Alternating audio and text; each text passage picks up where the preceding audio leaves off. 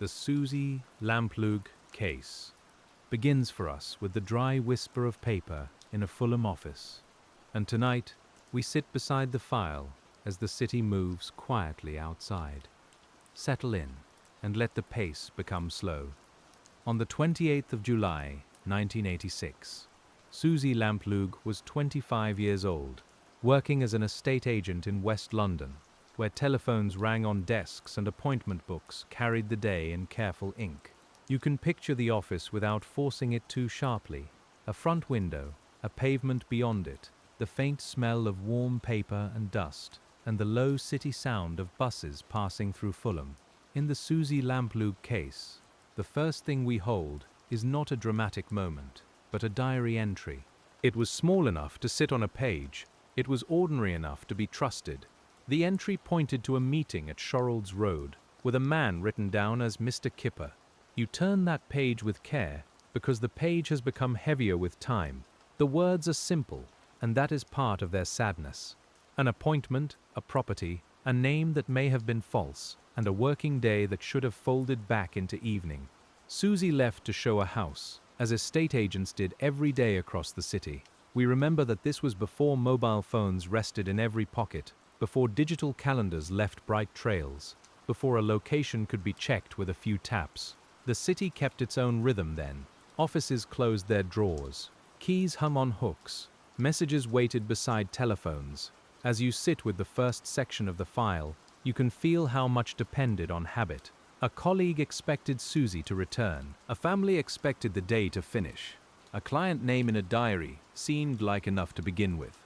The paper did not know it would become evidence. Fulham, in late July, would have held the soft heat of pavements and brick.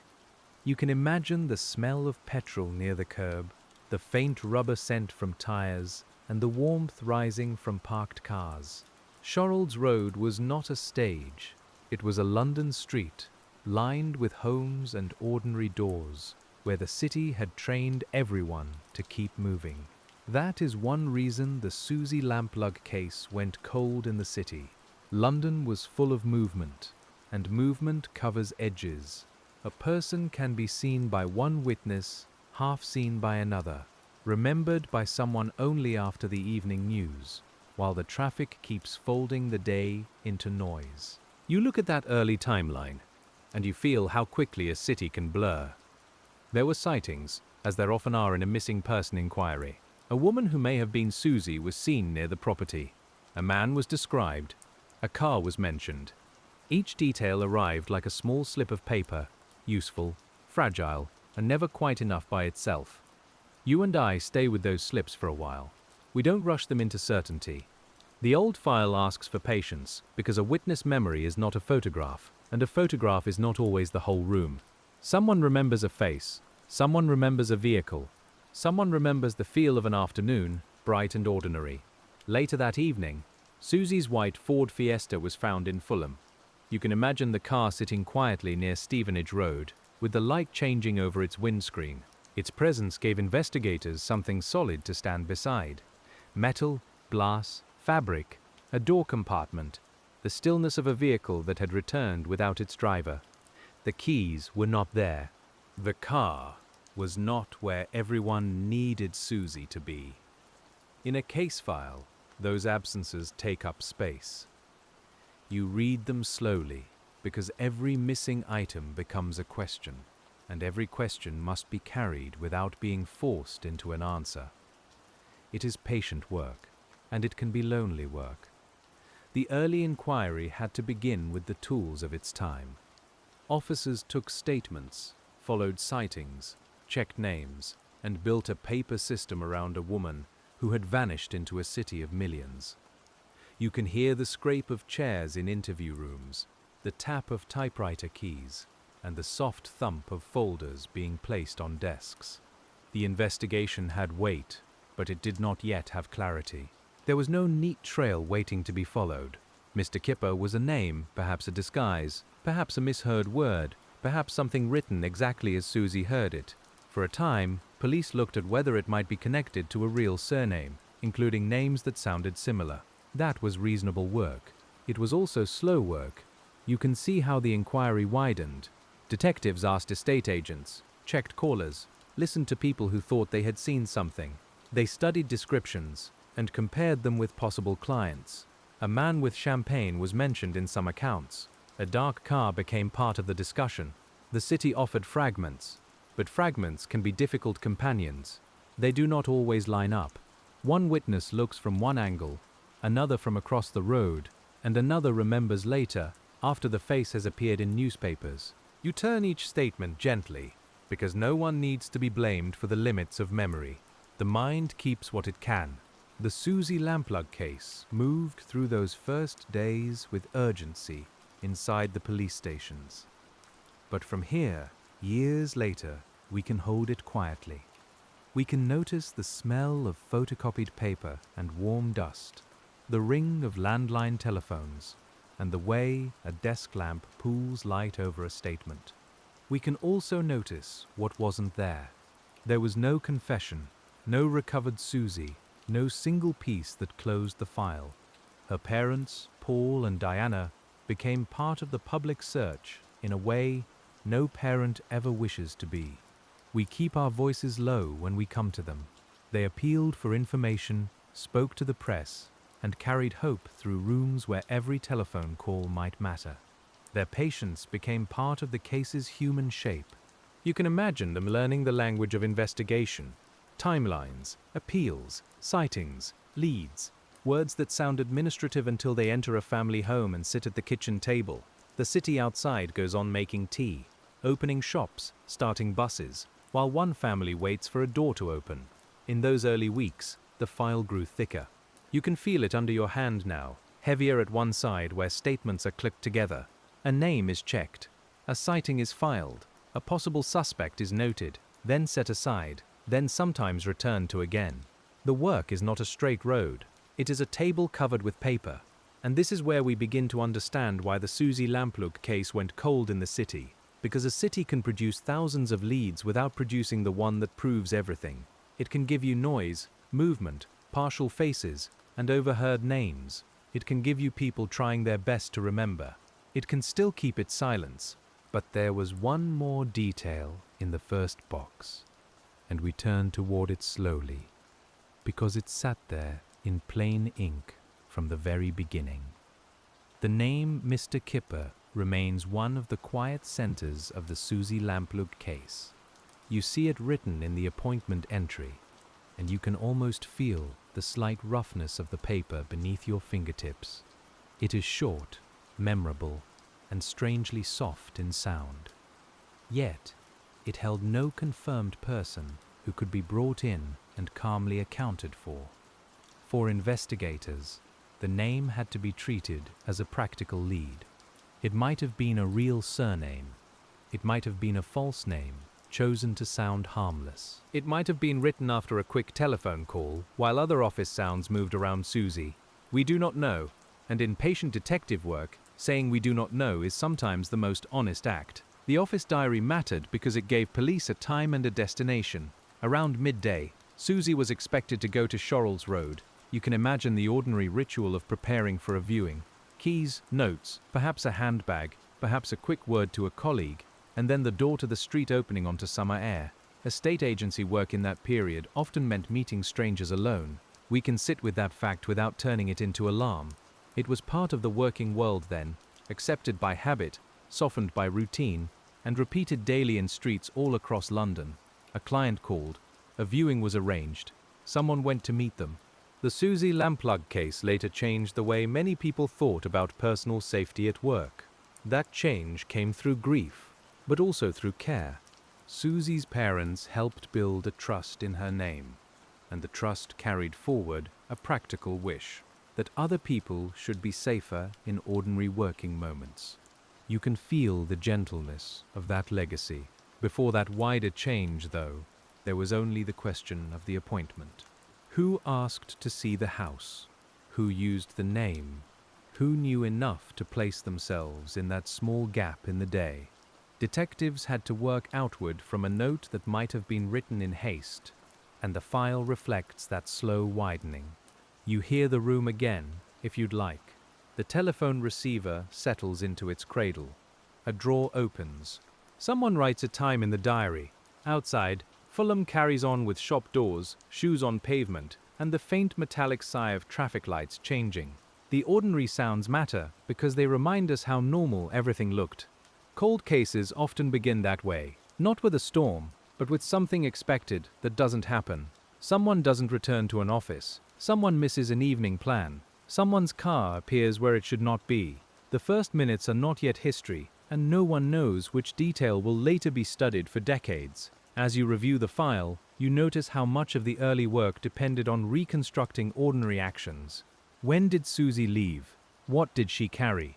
Who saw her? What vehicle was nearby? Which streets could be driven quickly? Which calls came into the office? Each question is modest, but together they become a map. The map was difficult because the city kept changing beneath it. Cars moved, people went home, rubbish was collected. Weather passed over pavements, windows reflected different light.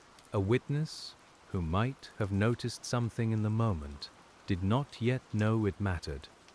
By the time they knew, the detail had already begun to fade. We can be kind to those witnesses. They were not failing the file. They were living inside the same ordinary day as everyone else. You may have done it yourself, passed a stranger on a pavement, noticed a coat or a face, and then lost it by evening. The city asks people to forget so they can continue. In a smaller village, perhaps a strange car rests longer in memory. In Fulham there were many cars. A BMW could be seen, then swallowed by traffic. A man could be noticed, then folded into all the other men crossing streets with briefcases, keys, and appointments. That is how a case can go cold while surrounded by people. Yet detectives did not stop. They gathered cards, statements, and names. The original inquiry generated a large paper index, the sort of system that makes a soft sound when a drawer opens and closes. You can imagine rows of cards, each one carrying a possible lead, a person, a vehicle, a sighting, or a place to check. There is something almost tender about that kind of record keeping. Each card says, in its own quiet way, that someone tried. Someone listened to a call. Someone wrote down a memory. Someone placed the memory where it could be found again. The cards could not solve the case by themselves, but they preserved the effort. The problem was scale. Thousands of small items can bury one important item as easily as they can reveal it. A detective may know there is a pattern somewhere, but the pattern rests in drawers, in handwriting, in separate statements, and in the limits of one team moving through too many possibilities. You sit beside that work, and you feel its strain. This was before computer searches could pull a phrase across the whole file in seconds. If you wanted to know whether Mr. Kipper had appeared elsewhere, you needed paper, memory, and time. You needed officers willing to read and reread. You needed patience that could survive the dull ache of repetition. Years later, something shifted in the file, and we moved toward that later box now, where old cards were read again under a different light. The Suzy Lamplugh case did not remain frozen in the year 1986, even though that summer stayed at its center. It traveled with detectives, journalists, relatives, and cold case officers into later decades. You can see the file being lifted from a shelf, its corners softened, its labels familiar to people who had learned to respect its weight. Old paper has a smell that feels like waiting. When a case is reopened, it is not the same as beginning again. You bring the first investigation with you. You bring its strengths, its mistakes, its careful notes, and its missed chances. You also bring new tools, new databases, and new eyes that may notice what an exhausted team could not see clearly the first time. In later reviews, investigators looked again at the name Mr. Kipper and the pattern around estate agents in Fulham. They also looked harder at men who might have been in the area, men whose histories could not be ignored. One name rose in public accounts with particular force: John Cannon, who was later described by police as the prime suspect. We speak that carefully, because he denied involvement and was never charged in the Suzy Lamplugh case. For the listener beside the lamp, this is the part of the file where patience becomes very important. A suspect is not the same as a conviction. A belief held by investigators is not the same as evidence tested fully in court. You keep those distinctions in place, like paperweights on a desk, because they prevent the story from becoming louder than the truth. Cannon had been released from a prison hostel shortly before Suzy disappeared. Later, he was convicted in another case, and detectives returned to his movements, his known behavior, and the possibility that he had been in or near Fulham. In the early 2000s, police publicly identified him as their prime suspect, while the Crown Prosecution Service did not bring charges in Suzy's case. That gap matters. You can feel it in the room. It is the space between suspicion and proof, between a pattern that seems meaningful and a case that can be placed before a court. Cold cases often live in that space for years. They are not empty. They are not resolved. They are suspended. Detectives re-examining the Suzy Lamplugh case had to ask whether Cannon could be eliminated. That is a patient question. It does not begin with certainty. It begins with timelines, alibis, vehicles, known names, and the slow comparison of one piece against another. You can hear the low hum of an office light above that work. The files included discussions of cars, including dark vehicles seen near relevant places, and the later attention given to whether Cannon had access to a vehicle that could matter. There were also accounts of his use, or possible use, of the nickname Kipper. Each point had to be weighed. Each point had to be treated as a piece, not the whole. It is easy, from a distance, to wish for one clean answer. You may find yourself wanting the page to turn and reveal it, but detective work rarely moves that generously. It offers a witness who is almost certain, then a date that needs checking. It offers a vehicle description, then a question about lighting. It offers a name, then asks whether the name was truly heard. In the later reviews, the old paper index was computerized. That phrase sounds plain, but in a case like this, it matters deeply. You can picture officers feeding the old investigation into a new structure, card by card, statement by statement, while the machine begins to make connections the drawers could not easily make. The room smells of dust, warm plastic, and coffee gone cold. The computer did not solve the case by magic. It simply allowed old questions to be asked more efficiently. Had the name appeared elsewhere? Had other estate agents met a similar caller? Were there small repetitions hidden across the file? You and I know that repetition can be a kind of clue, but only if someone can see it. That is how a cold case unit works at its best. It does not shout at the past. It sits with the past until the shape of it becomes clearer. New technology is useful, but it still needs human patience. Someone must read the statement. Someone must notice the phrasing. Someone must decide which thread deserves another pull. In the Suzy Lamplugh case, later investigators did find reasons to focus strongly on Cannon. They also had to live with the limits of what remained. Time had passed. Memories had aged. Physical traces, if any had existed, had been handled by the conditions of older evidence collection. The city had renovated itself many times over. You can imagine walking those Fulham streets years later. Different shop fronts, different cars, new paint on old doors, people carrying phones where no phones had been. The city still makes the same low murmur, but the exact day is gone. That is part of why the case went cold in the city. And still, there were searches. Police followed information to properties and open ground. They looked in places connected by tips, theories, and possible routes. Some searches were public, with reporters standing beyond tape, cameras waiting without understanding the private weight of the work. Other efforts were quieter, folded back into the long file. A search has its own sensory language. The damp smell of soil, the scrape of tools, the muted voices of officers keeping their work measured. The cold feeling in the hands after hours outside. You can stand at the edge of that scene with respect, knowing that everyone there is looking for an answer that may not be there. When nothing is found, the absence must be recorded. That is one of the hardest lines in an investigation. Searched, nothing located. Checked, no result. Interviewed, no admission. The words are plain, but the feeling beneath them is not.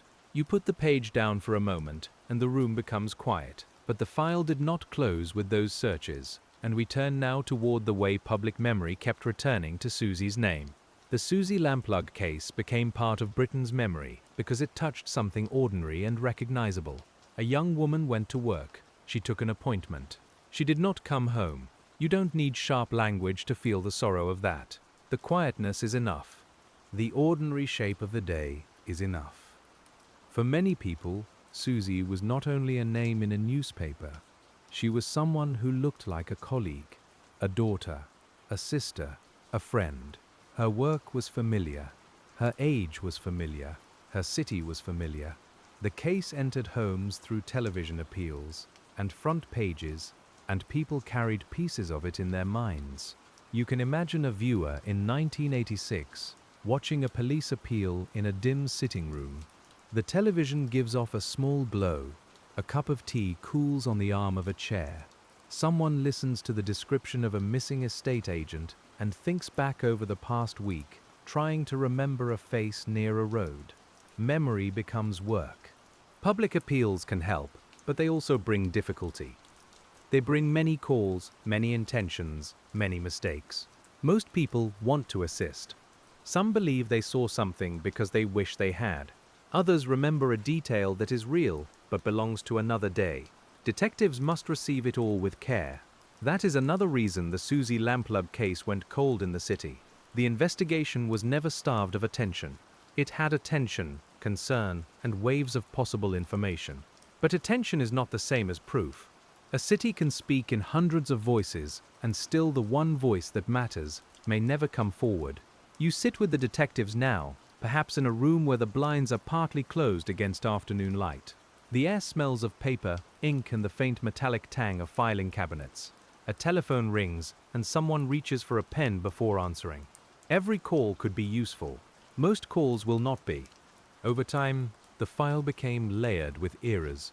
The original missing person inquiry, later suspicion, new television reconstructions, renewed searches, interviews revisited, names raised and eliminated. Each era added paper, each era added hope, and then often returned the investigators to the same central absence. Suzy's parents carried that absence in public with unusual steadiness. Diana and Paul Lamplugh turned their private pain toward practical safety work, establishing the Suzy Lamplugh Trust in the months after her disappearance. We hold that part of the story gently. It is not a solution, but it is a form of care that reached outward. The trust focused on personal safety, especially in the kinds of ordinary settings where people meet strangers, travel alone, or work beyond the immediate sight of colleagues. The idea was not to make life fearful. It was to make life more thoughtful. In that, you can sense the family's wish to protect others without letting the case become only loss. As you turn the pages of the public legacy, the investigation remains beside you. It does not disappear behind charity work or media memory. The file is still there, heavy and unfinished. The name Mr. Kipper is still there. The appointment is still there. The white Ford Fiesta is still there in the mind's eye, parked and silent. The city, too, remains in the story. London is not just a backdrop. It is part of the reason the trail thinned. Its streets offered routes away, witnesses moving in opposite directions, rented rooms, offices, hostels, temporary addresses, and strangers who could pass through an area without leaving much behind. The city gave cover through ordinariness, yet it also gave investigators their leads. Every road name, every office, every diary entry, every person who came forward belonged to that same city. The file is not a simple argument against London. It is a record of people trying to find one person inside an enormous human tide. That effort has its own quiet dignity. When we think about why the Suzy Lamplugh case went cold, we have to hold several truths at once. The first inquiry began with limited tools. The evidence did not become strong enough for charges. The likely movements of the key suspect could not be pinned down in the way a court would require. Time kept passing, and time changes evidence. It softens voices. It takes witnesses into new homes, new jobs, and older age. It changes streets, demolishes interiors, replaces cars, and clears out offices where old appointment books once lay. You can feel that change like dust settling on a shelf, one fine layer after another. But there was another layer waiting in the later file, and we moved toward it carefully, because it shows how a case can be both active and unresolved for many years. That later layer of the Suzy Lamplugh case shows you how an investigation can keep breathing, even when the city around it has changed its face. The streets may have new windows, new shop signs, and new people hurrying beneath the same pale skies, but the file still asks the old questions in the same careful voice. You turn a page, and the paper gives a dry little sound, like a reminder that time has weight. It is not only the first search that matters, but every return to the search. By the time later officers came back to the file, they were not walking into a blank room. They were entering a room already full of voices, some faint, some certain, some contradicted by other voices across the table. You can imagine the work of separating them. Not with impatience, but with a pencil, a ruler, and a tired cup of tea near the edge of the desk. The Suzy Lamplugh case had become less a single question than a careful arrangement of many smaller ones. Which witness was closest? Which timing still held? Which memory had stayed steady? There is a particular kind of patience in revisiting an old statement.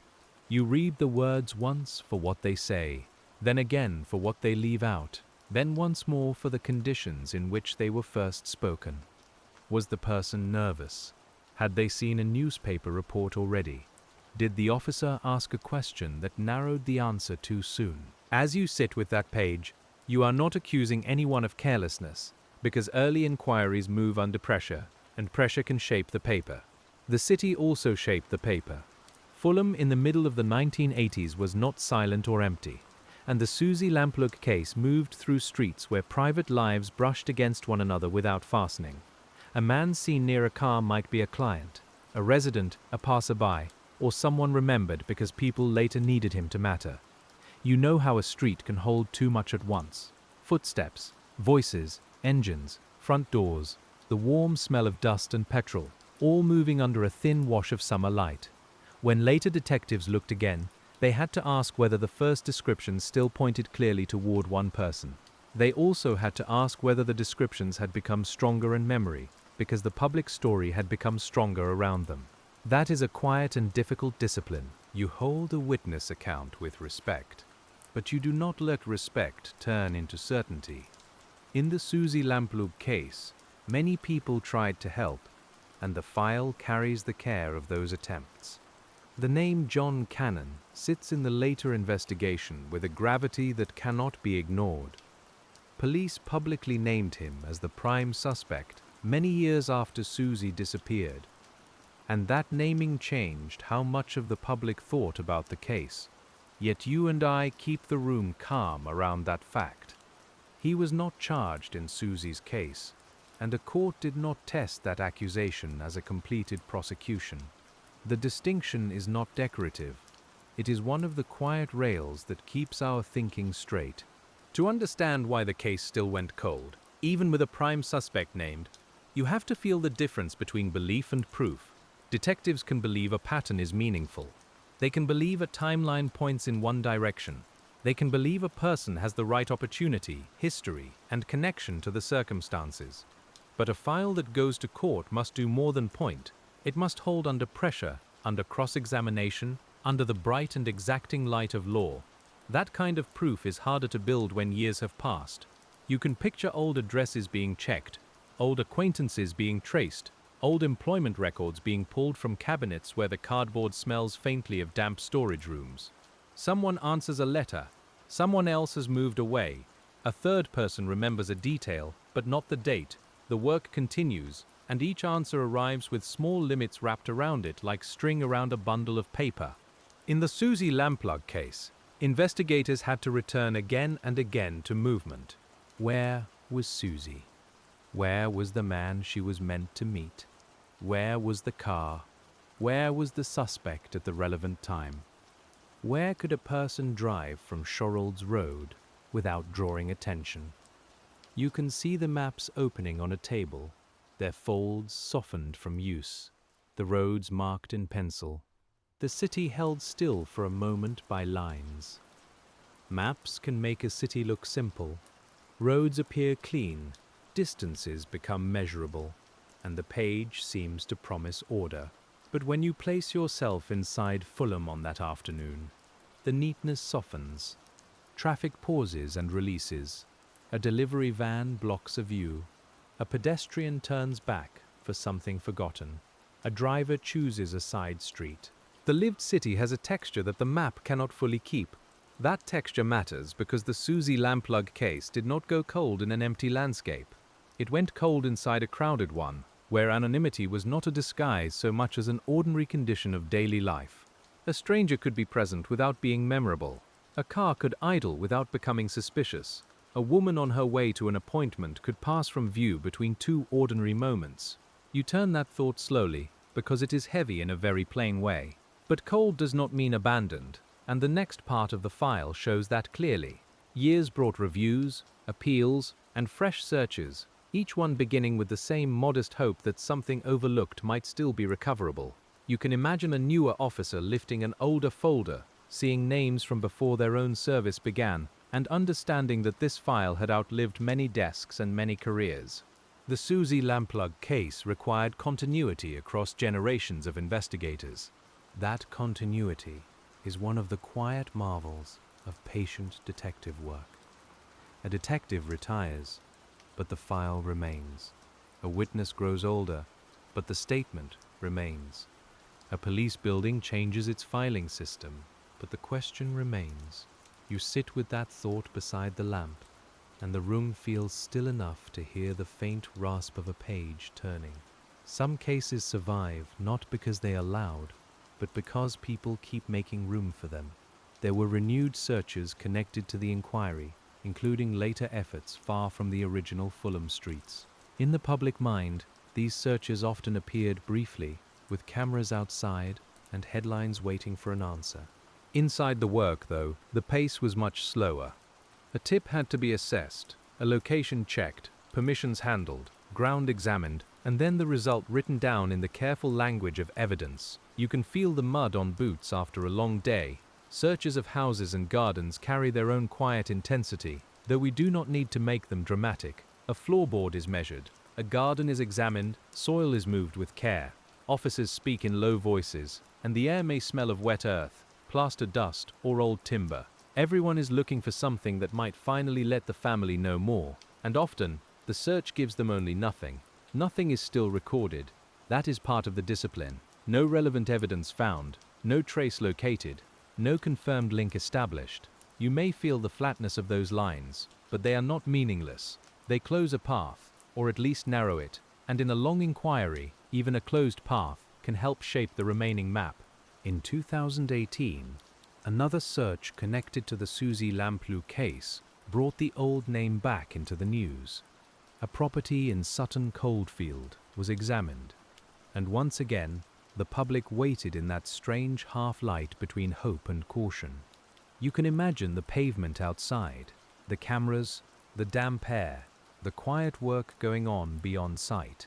When no answer came from that search, the file returned to its familiar state of waiting. For a listener half asleep, that may sound almost repetitive. It is repetitive, in a way, and that is part of the truth.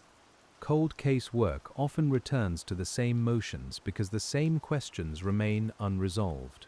Read again, check again, compare again, ask again. The rhythm is not theatrical, but it is deeply human, because each return says the missing person has not been forgotten. The Suzy Lamplugh case also sits within the history of how society learned to think differently about lone working. Before Suzy disappeared, many professionals met strangers as a routine part of the job. Estate agents, social workers, nurses, sales representatives, and others often moved through appointments with little formal safety structure.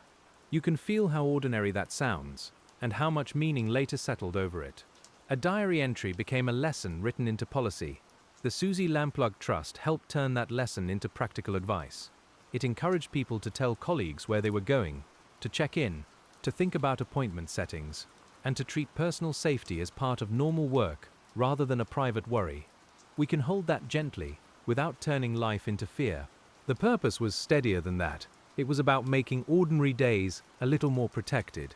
In the file, though, the appointment remains fixed in place. Shorrolds Road, Mr. Kipper, the 28th of July. You return to those words because every later development circles back to them. Whatever theory someone forms, it must pass through that small handwritten beginning. It must account for the office, the call, the viewing, the car, and the absence that followed. The first page keeps its authority. As you turn it over again, you may notice the way cold cases create two kinds of time. There is clock time, with minutes and appointments and sightings. Then there is emotional time, where one afternoon stretches across decades because no answer has closed it. The Suzy Lamplugh case lives in both. Investigators measure one kind with statements, and families endure the other with memory. The clock time is exact where it can be exact. Suzy left work during the day. She was expected to attend the viewing. Her car was later found. Calls were made. Reports were taken. Yet the emotional time is less tidy. It includes the first evening of worry, the following days of appeals, the years of renewed hope, and the quiet anniversaries that must have returned whether the family invited them or not. You can sit with an anniversary in a cold case file. It has a different texture from the rest of the year. Newspapers may call again. Officers may review whether an appeal should be made. A family may brace itself for public memory and private ache arriving together. The city outside might be bright, rainy, hot, or cold, but the date carries its own weather.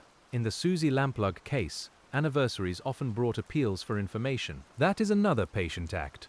You ask again because someone may have changed their mind. Someone may have aged into honesty. Someone may have found an old photograph, an address book, a diary, or a memory that did not seem important before. You keep asking because silence sometimes loosens over years. But an appeal is not a spell. It cannot make the right person speak. It cannot restore a lost opportunity from the first day.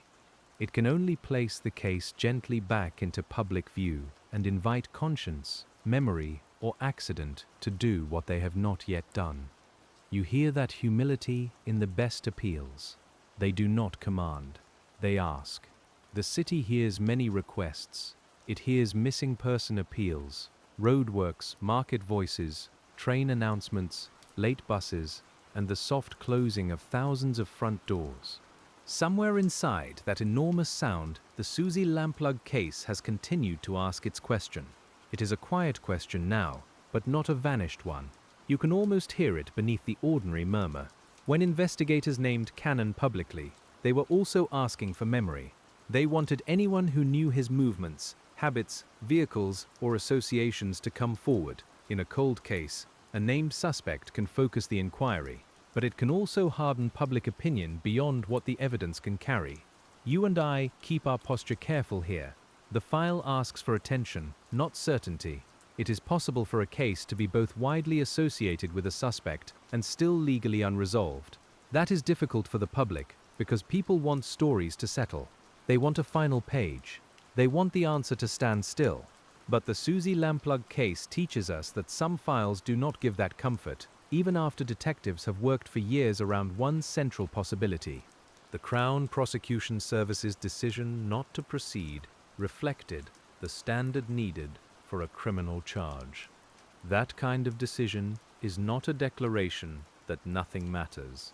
It is a recognition that a prosecution requires evidence strong enough to present in court with a realistic prospect of conviction. You can feel how formal that sentence is, and how painfully practical. It belongs to the sober world of proof. For the family, such decisions must have been difficult to live beside. For investigators too, they can be quietly hard. A detective may know a file intimately, may believe a direction is right, and still have to accept that belief cannot become a charge. The old folders go back into their boxes, the chairs are pushed in, the room settles again, but the work does not always end there. Cold case officers may preserve material for future testing. They may note new techniques. They may keep certain questions open because science changes. Databases grow, and people sometimes speak late. You can imagine a label placed carefully on a box, not as a conclusion, but as a promise that the case can be found again. In cases from the 1980s, forensic possibilities can be complicated. Evidence may not have been collected or stored with the expectations later generations would bring. Handling standards were different. Awareness of trace evidence was different. The city environment itself could be harsh on fragile material. You read those limitations calmly because they are part of the historical landscape, not failures to be shouted at from the future. The Suzy Lamplugh case depended heavily on human evidence. Sightings, statements, recollections, appointments, and inferred movements. Human evidence can be powerful, but it can also be tender and unstable. It needs support. It needs corroboration. It needs to be placed beside other facts until a structure forms. Without enough support, the structure may never hold its own roof. You can imagine the investigators trying to build that structure. A statement here, a vehicle there, a known timeline, a possible alias, a suspect's history, a search result. Each piece may seem meaningful on the table, but when the law asks whether the whole thing can stand, the answer may remain just out of reach. That is one of the saddest shapes in detective work. And still, no one has to dismiss the effort. You can respect the officers who worked through long indexes, the witnesses who tried to remember, the family who kept speaking, and the safety campaign that came afterward. Respect does not require a tidy ending. It only requires that we look at the work with enough patience to understand its limits. The city, in this case, is almost a character made of streets and interruptions. Fulham, with its terraces and traffic, held the first disappearance. London as a whole held the anonymity that made tracing a stranger so hard. Later, other places entered the file through searches and suspect history. But the case's first silence still belongs to that West London afternoon. You return to it like a familiar corner. If you place your hand over the page, you can imagine the city under it. The office where Suzy worked, the road where she was expected, the car where it was found, the routes a driver might have taken, the nearest stations, the side streets, the glimpses through windscreens. All of it seems close on a map, and yet the answer remains distant. That distance is part of why the Suzy Lamplugh case endured in public thought. It feels as if the answer should be reachable. The facts are not scattered across wilderness. They sit inside known places, known times, known streets. But cities can keep mysteries close without making them accessible. They can hide things not by remoteness, but by crowding. You know this feeling if you have ever searched for a memory in your own life. You remember the room, but not the conversation. You remember the voice, but not the words. You remember carrying something, but not where you put it down. The answer is near, perhaps almost visible, and still it refuses to come clear. Cold cases often live in that human fog. For detectives, that fog must be handled methodically. They do not get to simply feel that something is important. They have to test it. Who said it? When did they say it? What else supports it? What contradicts it? How reliable is it after so long? You can hear the pencil moving down the margin as each question is placed beside the claim. In the Suzy Lamplugh case, the claim that Mr. Kipper was linked to Cannon required careful handling. Public reports suggested that Cannon may have used or been associated with that nickname. That connection, if reliable, was significant. But again, significance is not the same as proof. You hold the two words apart, gently but firmly, because the file depends on that separation. There is no kindness in making the story simpler than it was.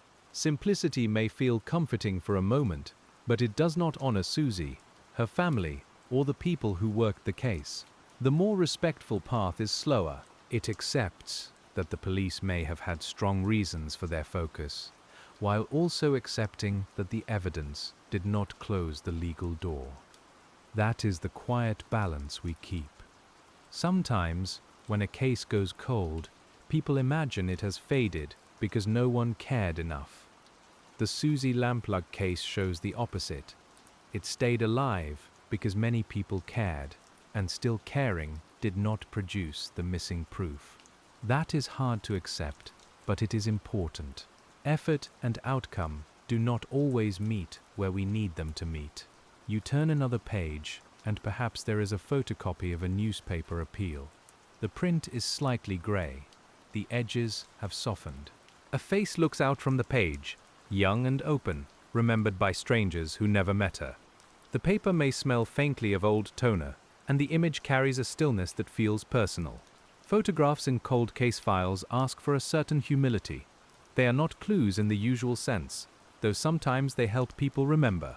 They are reminders of the life at the center of the paper. Suzy was not a symbol first, she was a person first. A daughter, a sister, a friend, a colleague, and a young woman making her way through a working day. That point matters, because cases can become famous enough to flatten the person inside them. The phrase "the Suzy Lamplugh case" is useful, but it can become too neat. You and I should keep letting the person return to the center. The file exists because Suzy mattered before she became a case. The investigation matters because a life went unanswered. When we sit with the city, we also sit with the ordinary courage of people who kept looking. Not noisy courage, not dramatic courage. The quieter kind that opens a drawer again after years have passed. The kind that answers another journalist's question. The kind that says a name aloud each anniversary, because silence would feel like a second disappearance. The Suzy Lamplugh Trust carried that name into public safety training, and in doing so, it changed the afterlife of the case. You can think of every workplace check-in, every appointment procedure, every colleague asking where someone is going, as a small echo of that lesson. It is not the answer the family wanted. It is not a replacement, but it is a thread of care.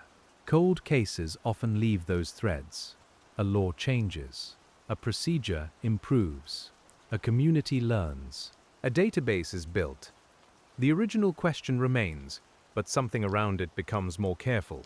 You can hold both truths together, because adult grief often asks people to hold more than one truth at once, the missing answer and the work born from missing it. The city's role in the case can be seen in the way people moved through professional trust.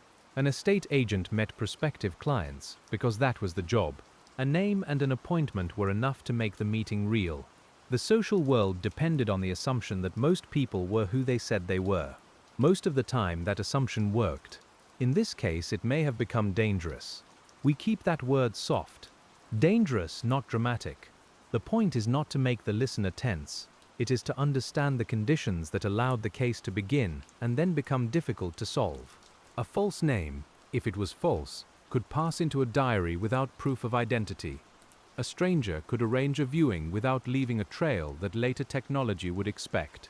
Today, you might look for call logs, mobile locations, email addresses, entry systems, cameras, card payments, or digital calendars. In 1986, much of that world did not exist.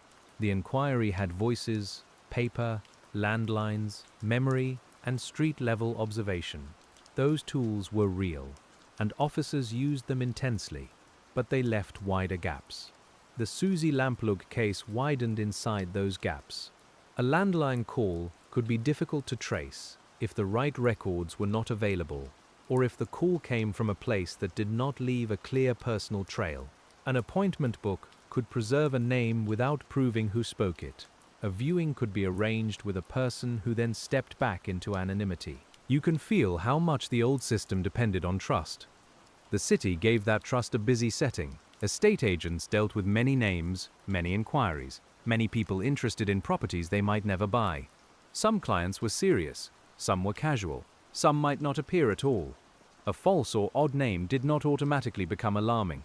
It could simply become another small quirk in the day's work. That ordinariness delayed certainty. When Suzy did not return at the expected time, concern had to rise through stages: a late appointment, traffic, a delayed conversation, a quick personal errand. The mind tries ordinary explanations first, because ordinary explanations are usually correct. You and I can sit with that without judgment. It is how people make sense of life. Only later does the same ordinary delay become terrible in retrospect. A missed return becomes a marker. A diary entry becomes central, a parked car becomes evidence. The mind looks back and wishes it had known sooner what it could not have known then. That wish appears often in cold cases, and it is one of their quietest pains. The Suzy Lamplugh case also shows how early hours can shape everything that follows. If a scene is not recognized immediately as a scene, then ordinary contamination may occur.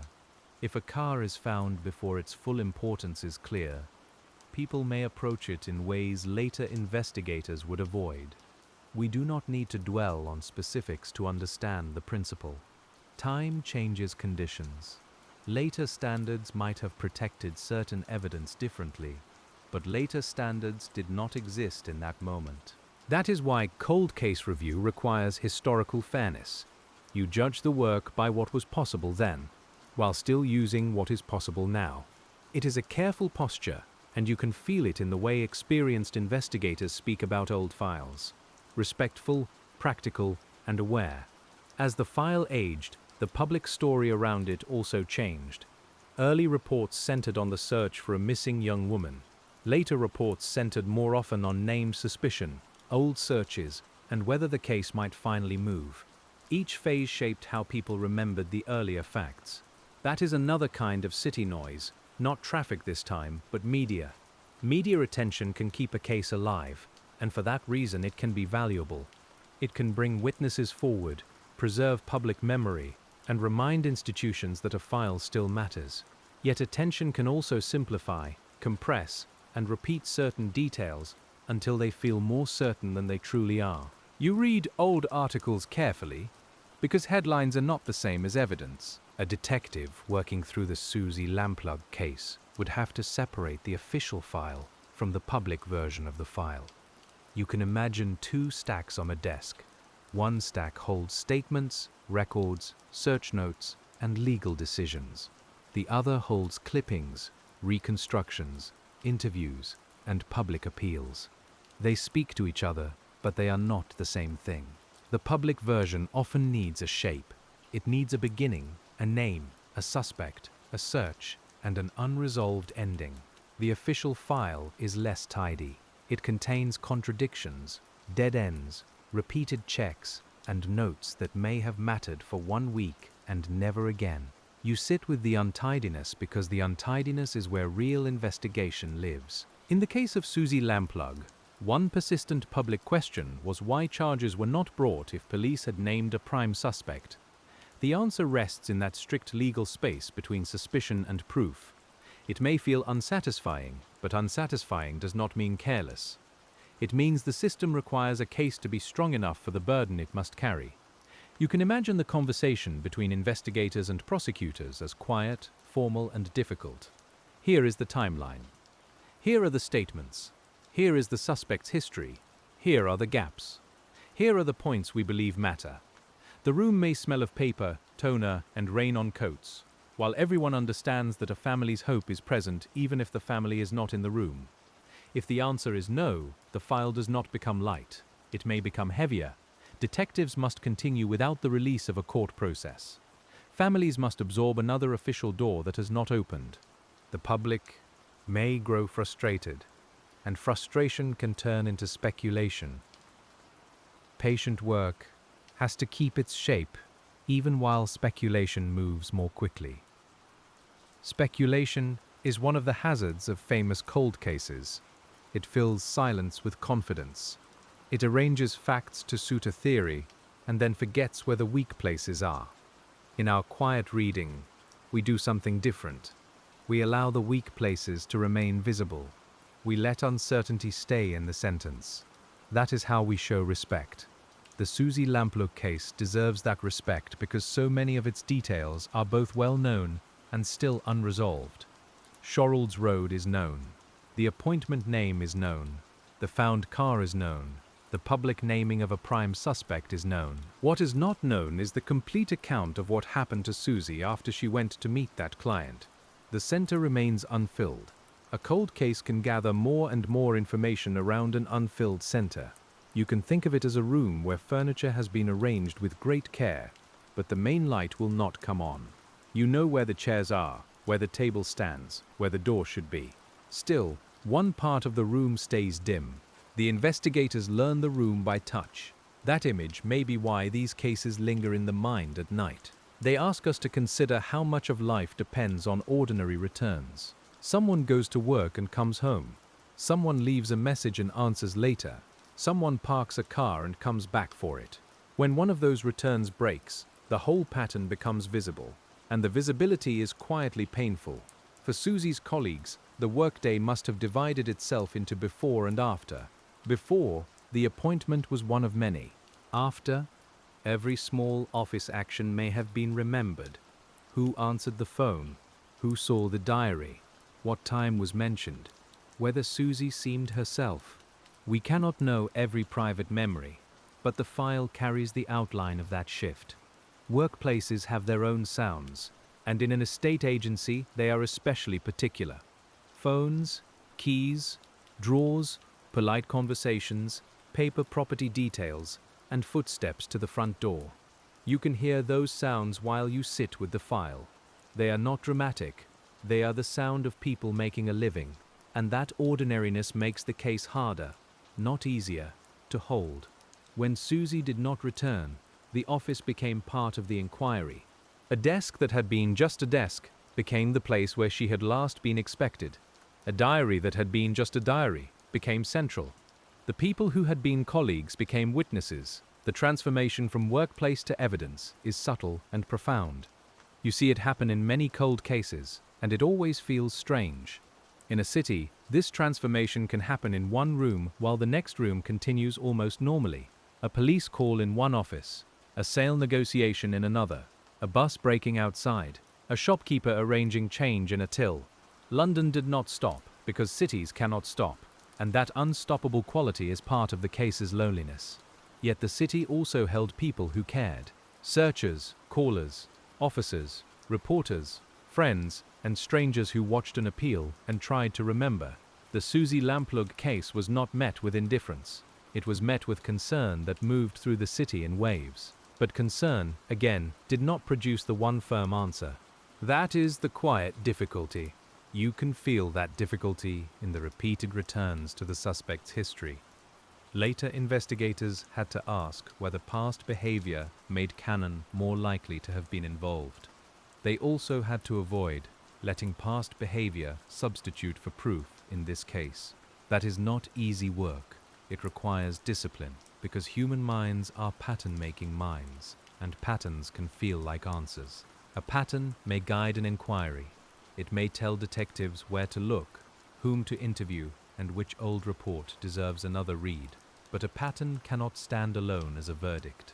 You hold that difference the way you hold two thin pages apart so they do not stick together. The Suzy Lamplugh case lives in that delicate space between pattern and proof. There were also questions about aliases and names. Mr. Kipper sounds almost too distinctive, which makes it tempting to treat it as a key. But distinctive names can mislead as well as help. They can be misheard, invented, remembered imperfectly, or connected later to someone because people want connection. You can feel the old paper asking us to move carefully. The name remains important because it is one of the few direct traces of the person Suzy expected to meet. It offers sound, not face. It offers intention, not identity. It offers a door into the case, but not the whole house. That is why you return to it, and why detectives return to it, without pretending that the door had fully opened. Sometimes a single word in a file becomes famous enough to change its nature. Mr. Kipper is no longer just a note in an office diary. It has become a symbol of the missing person on the other end of the appointment.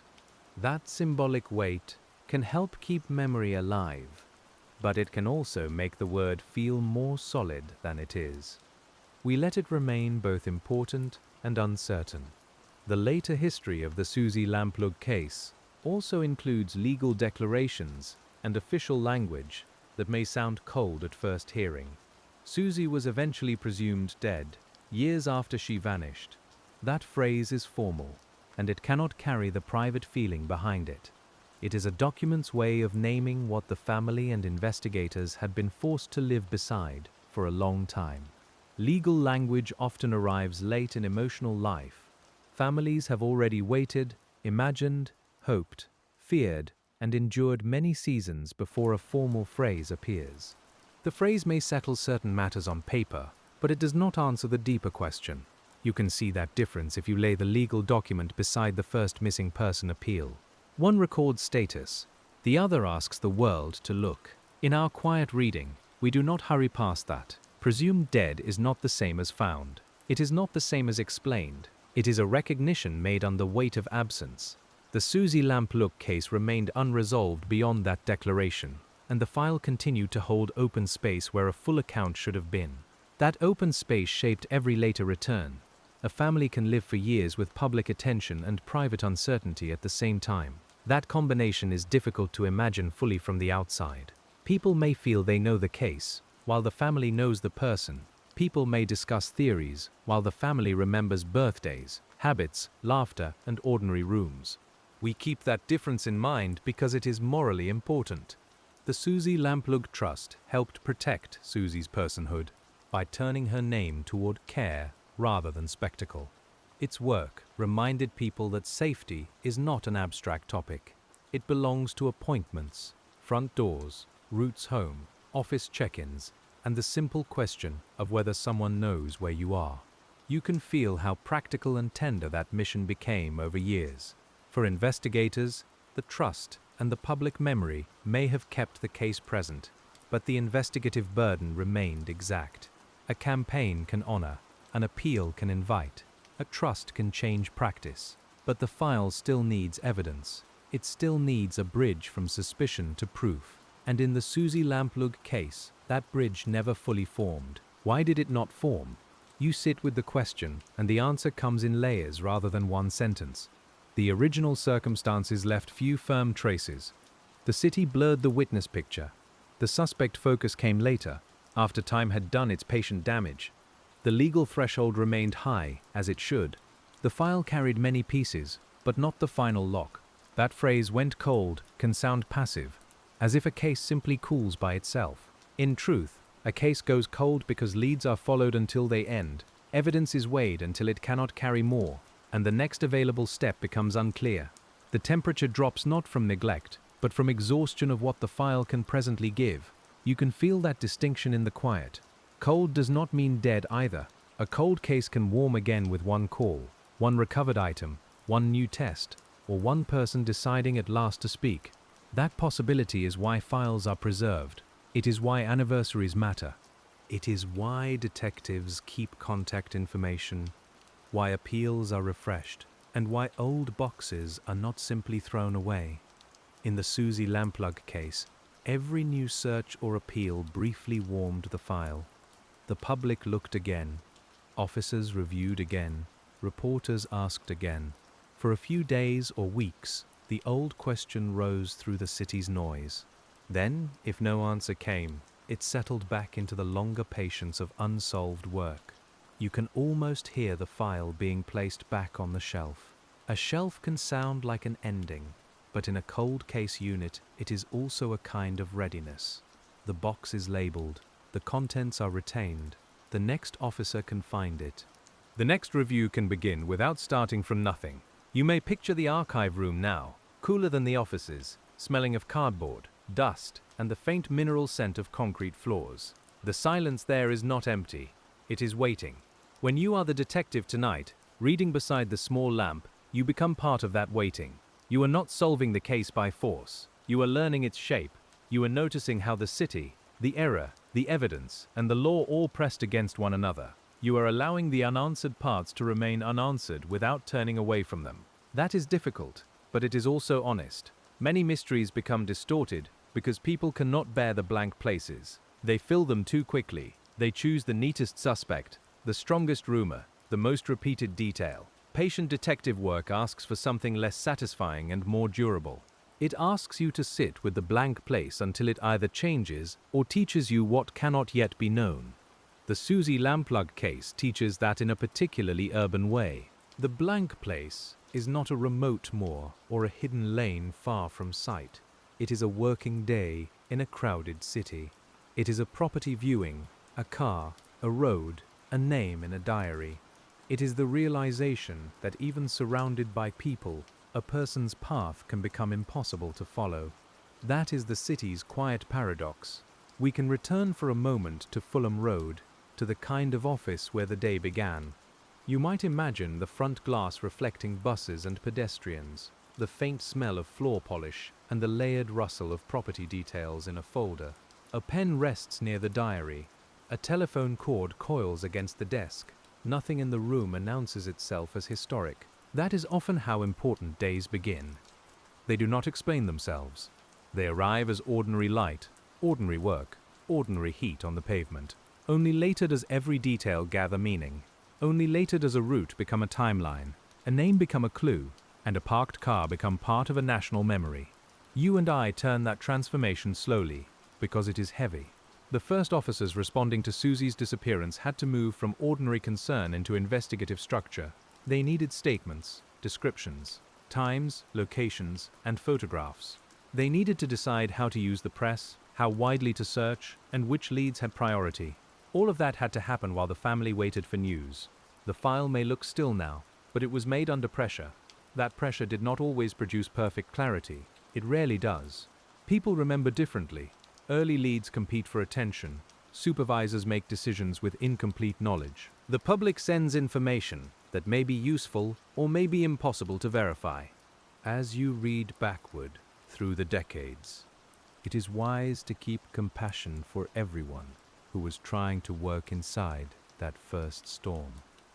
We use the word storm quietly here, not as drama, but as a description of administrative weather. Calls coming in, reports being typed, officers being assigned, a missing person's photograph being distributed, friends and relatives being interviewed, the system trying to become large enough to meet the size of the unknown. You can hear the room breathe around that effort. The case's later coldness was not caused by one obvious failure. It was the result of many small limits meeting one another. Limited forensic traces, limited certainty in sightings, limited records from an analog world, limited prosecutable evidence against the man police came to suspect. Each limit by itself might be manageable. Together, they formed a wall that was hard to cross. And walls in case files are rarely dramatic. They are made of phrases like unable to confirm, insufficient evidence, no further information, witness deceased, records unavailable, no result. The words are plain and almost bureaucratic, yet each one marks a place where someone wanted the road to continue and found that it did not. You can feel the quiet fatigue behind that language. Still, detectives are trained to return to walls from different angles. If a witness cannot confirm a date, perhaps a work record can. If a vehicle cannot be traced one way, perhaps an ownership file can help. If a suspect denies involvement, perhaps geography, timing, or independent testimony can narrow the field. The Suzy Lamplugh case was tested that way many times, with each path measured against the same standard. Sometimes the standard is what keeps a case from becoming unjust. It protects the accused as well as honoring the missing. That can be hard to say in a case filled with grief, but it matters. A calm investigation must hold fairness and longing in the same hands. It must seek answers without forcing them into existence. That is part of its dignity. You can feel that dignity in the careful wording used by responsible investigators. Prime suspect, not convicted person. Believed to be connected, not proved in court. No charges brought. Not exonerated by certainty. These distinctions may seem small in ordinary conversation, but in a cold case they are the beams that hold the room upright. We keep them visible. The public may find such caution frustrating, and that is understandable. People want the person at the center of the case to receive justice, and they want the family to receive certainty. But justice built on insufficient proof can fracture, and certainty invented too early can lead everyone away from the truth. The Suzy Lamplugh case asks us to value carefulness, even when carefulness feels incomplete. A long investigation has seasons. There is the hot season of immediate search, the public season of appeals and newspaper coverage, the quieter season of review, the renewed season when a suspect is named or a search begins. Then, often, another winter of waiting. You can feel those seasons in the file, though the paper itself remains the same beige and gray. In each season, different people carry the case. Early detectives carry fresh urgency. Cold case officers carry inherited responsibility. Family members carry love and memory. Journalists carry public attention. Safety campaigners carry practical legacy. None of them holds the whole thing alone. The Suzy Lamplugh case has always been carried by many hands. That image of many hands matters because it softens the isolation of an unsolved case. A missing person case can feel like a disappearance into silence, but the response creates a chain of care. Someone prints a poster, someone logs a call, someone checks an address, someone teaches a safety course years later. These acts do not solve the central question, but they resist erasure. Erasure is what cold cases are always fighting. The passing years can make people less vivid to strangers. A name becomes a reference. A photograph becomes archival. Streets change, and younger people may know the case only as something their parents remember. Keeping the details accurate and gentle is one way to push back against that fading. You say Suzy Lamplugh, and the name remains present. The city, too, remembers unevenly. Some addresses become associated with the case. Others are just places where someone once looked and found nothing. A pavement may hold no marker. A new resident may know little about what was once searched nearby. Urban memory is layered, and the older layers are easy to walk over without noticing. You can feel that as a kind of softness underfoot. When you imagine Shorrold's Road now, you may not see 1986 clearly. You may see later cars, later paint, later windows, later trees. That is normal. The mind cannot freeze a street for 40 years. Detectives face the same challenge when they revisit old locations. They must reconstruct not only what happened, but what the place was like when it happened. Old photographs can help. Maps can help. Planning, records, witness descriptions, and property details can help. But none of them fully restores the air of the afternoon, the exact traffic, the small delays, the faces at windows, the people who passed without knowing they should look closely. That lost atmosphere is one of the hardest things for an old case to recover. And yet, even lost atmosphere can be approached with care. You can gather enough to understand the conditions. A busy West London area, a professional appointment, limited personal safety procedures by modern standards, a client name that could not later be pinned to a confirmed person, a found car, a suspect focus that arrived without enough evidence to complete the legal path. The outline becomes clearer but not complete. That is the phrase we keep returning to. The Suzy Lamplugh case became clearer in some respects as years passed, especially once police publicly identified their prime suspect. But it did not become complete. The difference between those two states is the whole story of why the case went cold in the city. Clarity can grow around a hole. When you sit with that hole, it is tempting to ask what one missing piece would have changed everything.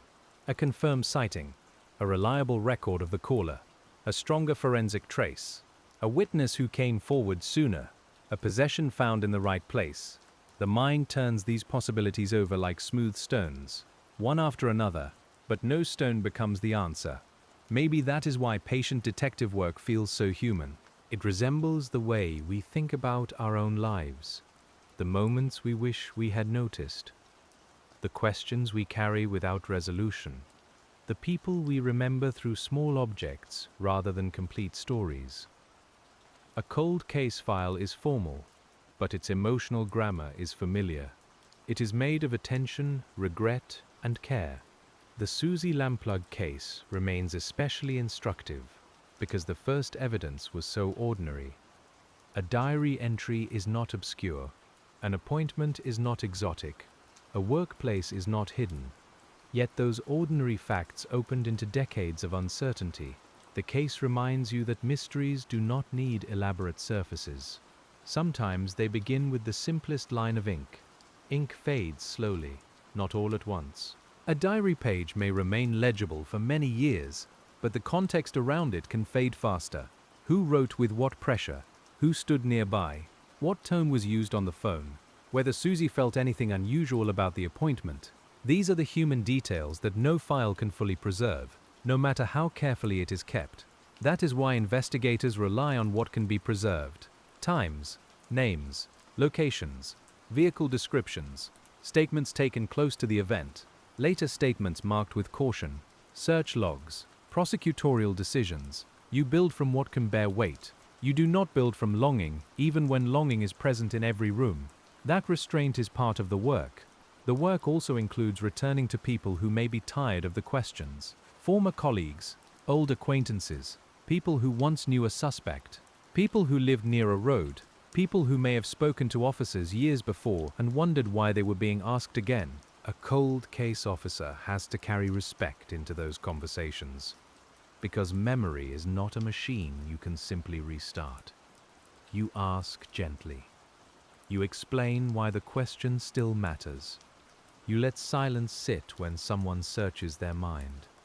The room may smell of tea, old carpet, or rain on a hallway coat. A clock may tick too loudly.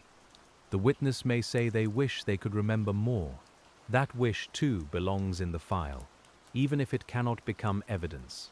In the Suzy Lamplugh case, many such conversations must have occurred across the years.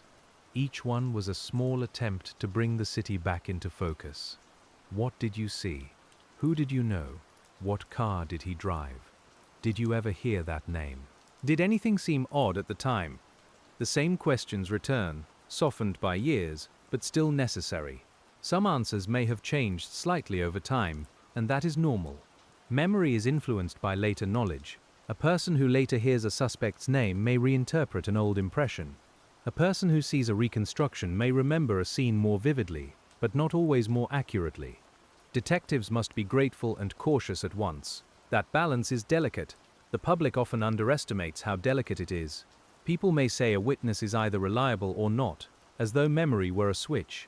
In truth, a witness can be sincere, careful, partly mistaken, useful on one point, and uncertain on another. You see that complexity in old files. It is one reason cases resist the simple shapes we try to give them. As we move deeper into the Suzy Lamplugh case, the city keeps offering metaphors, but the facts keep us grounded. Fulham, Shorrolds Road. The appointment with Mr. Kipper. The Ford Fiesta found later. The long focus on Canaan. The lack of charges. The safety trust created in Suzy's name. These facts are the stones beneath the water. The water is everything that moved around them. Speculation, memory, media, grief, renewed appeals, and the quiet private lives of everyone touched by the case. You can hear that water if you sit still enough. It does not rush tonight. It moves slowly beneath the old bridges of the file, carrying unanswered questions forward without washing them away. A city case also raises the problem of opportunity. Many people could physically pass through a place. Fewer had a reason to be there. Fewer still match the known pattern. Detectives narrow and narrow, but narrowing is not the same as closing. The Suzy Lamplugh case narrowed toward a prime suspect, yet the closing mechanism never fully clicked. That small failure to click is where the coldness entered. Not at the beginning, when hope was alive and every lead was new. Not even in the later years, when suspicion sharpened around one man. The coldness entered at the point where the evidence could not move the case across the final distance. You can almost see that distance on the desk, like a narrow gap between two papers. In some cold cases, forensic advances later cross that gap. DNA, fingerprints, digital archives, and genealogy have solved cases once thought unreachable. But not every case preserves the right material for those tools. Not every missing person case leaves the kind of trace science can later amplify. The Suzy Lamplugh case may have had many facts and still lack the precise material needed for a scientific turn. That is important to understand. Modern listeners are used to old cases being solved by new technology, and those stories can create a quiet expectation that every file contains a waiting answer in a sealed envelope. Some do, many do not. A case from 1986 may have evidence, but not the evidence that later breakthroughs require. The file can be large and still scientifically thin. The absence of Suzy's remains. and the absence of a confirmed crime scene beyond the known locations made the investigation especially hard. We speak that gently, without dwelling. For detectives, a body can provide location, timing, trace evidence, and many other answers. Without that recovery, the case had to lean even more heavily on witness accounts, timelines, and suspect analysis. The center stayed missing. Missing is a word that does more than describe location. It describes a family's daily life, an investigation's structure, and a city's memory. Suzy was missing. The key proof was missing. The final account was missing. Each form of missing fed the others. You can feel how the word echoes through the file without needing to be raised above a whisper. And still, the case continued to generate care. That is worth staying with. Not as consolation, exactly, because consolation would be too neat, but as part of the record. People did not forget because the case was famous. They remembered because Suzy's disappearance touched something deeply ordinary and deeply vulnerable. The city recognized itself in the story. Many Londoners work alone at times. Many meet strangers.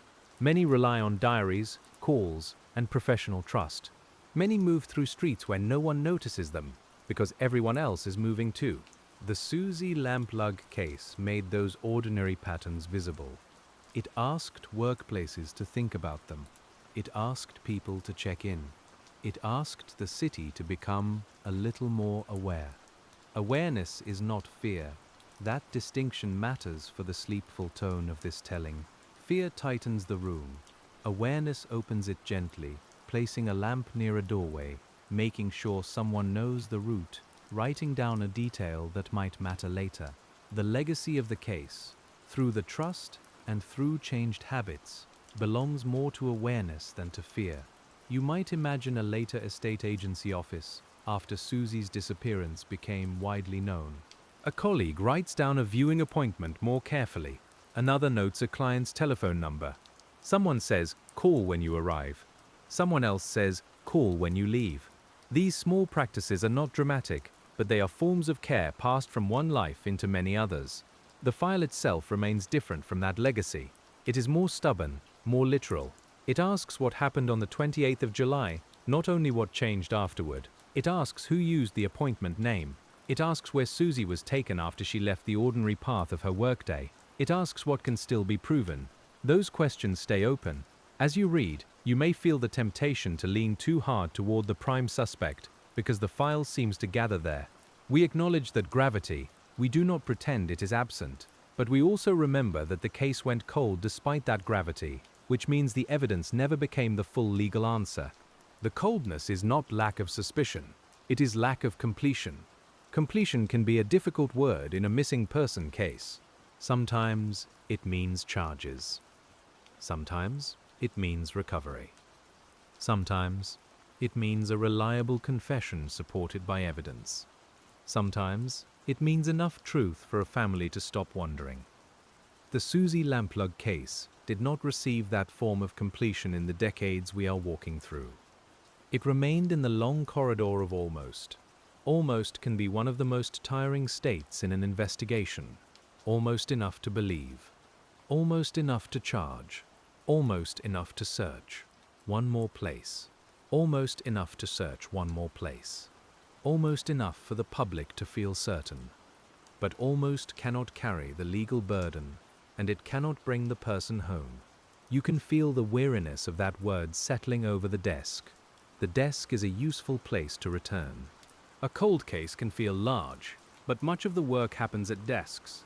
Reading, comparing, calling, writing, indexing, requesting records, waiting for replies.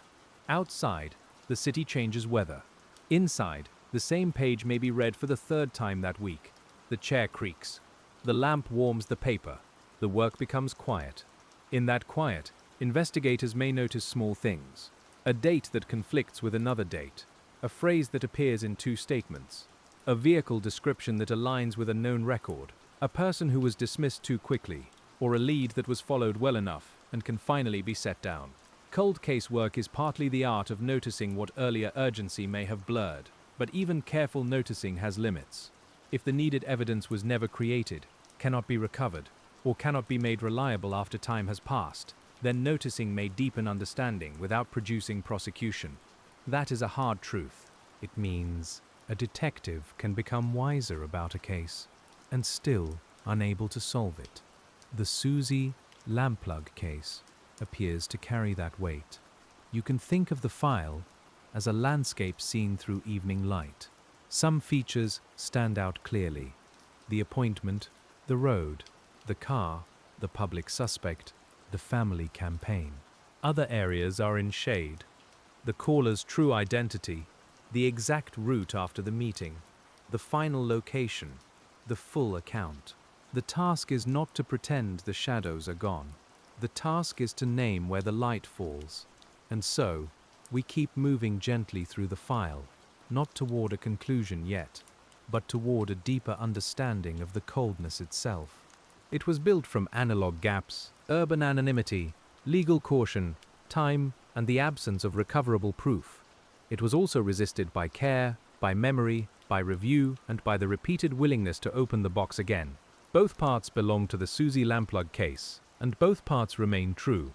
The file's truth is not one single truth, but a patient arrangement of many smaller ones, each one resting beside the others without quite becoming a closed door. You feel that as you keep reading, because the Suzy Lamplugh case does not behave like a puzzle waiting for a final piece on the table. It behaves more like an old city map, folded many times, with certain streets rubbed pale from being touched too often. The lines are still there, but the paper remembers where. When detectives returned to the case across the years, they were not only asking what happened to Suzy, they were asking how a person could move through ordinary systems and leave so little behind that a vast investigation could not fully catch up. You can see the question in the old appointment book, in the telephone calls, in the found car, and in the witness descriptions that never settled into one complete picture. The city offered points of contact, but not enough continuity. Continuity is a quiet word, and in a missing person inquiry, it matters deeply. It means one known moment joins clearly to the next, and the next until the path can be followed with confidence. In the Suzy Lamplugh case, the path has known stones, but the spaces between them are too wide. You step from the office to the appointment, from the appointment to the car, from the car into search and suspicion, and then your foot reaches for another stone that is not there. You can imagine a detective drawing the timeline again, perhaps years after the first inquiry, with the paper spread beneath a desk lamp. The ink line begins with Suzy at work, then moves toward Shorrells Road, then marks the discovery of the Ford Fiesta. After that, the page must use softer words. Possible, reported, believed, unconfirmed. Each of those words changes the feel of the line, and the line loses firmness. In a solved case, the line may become harsh and clear, but this case never gave investigators that comfort. It required them to live with a timeline that thinned at its most important point. That thinning is one reason the Suzy Lamplugh case went cold in the city, because the city did not provide a continuous chain of eyes. It provided glimpses, it provided impressions, it provided motion, and then more motion. You can hear that motion if you let the office fall away and stand, gently, at the edge of the street in your mind. A bus passes with a low shudder. Someone closes a car door. A shop bell rings. Shoes scuff lightly on the pavement. In that ordinary soundscape, one meeting becomes impossible to separate from all the other meetings and errands taking place around it. The city has no single focus. Police work tries to create focus where daily life has none. It takes the broad blur of the day and narrows it into statements, routes, and times. It asks a witness to pause in memory and say, not just what they saw, but when they saw it, where they stood, and how sure they are now. That is hard work for the witness, and hard work for the person recording the answer. In the Suzy Lamplugh case, the answers had to be gathered from a world without the digital shadows that later investigators often use. No mobile phone showing a tower connection, no routine street camera covering every angle, no email thread confirming the appointment, no automatic location trace saying where a person paused, turned, or stopped. The old world was not simpler, it was simply less recorded. That lack of recording gives the case much of its quiet difficulty. You can picture the old telephone receiver, solid and slightly warm from use, returning to its cradle after the appointment was made.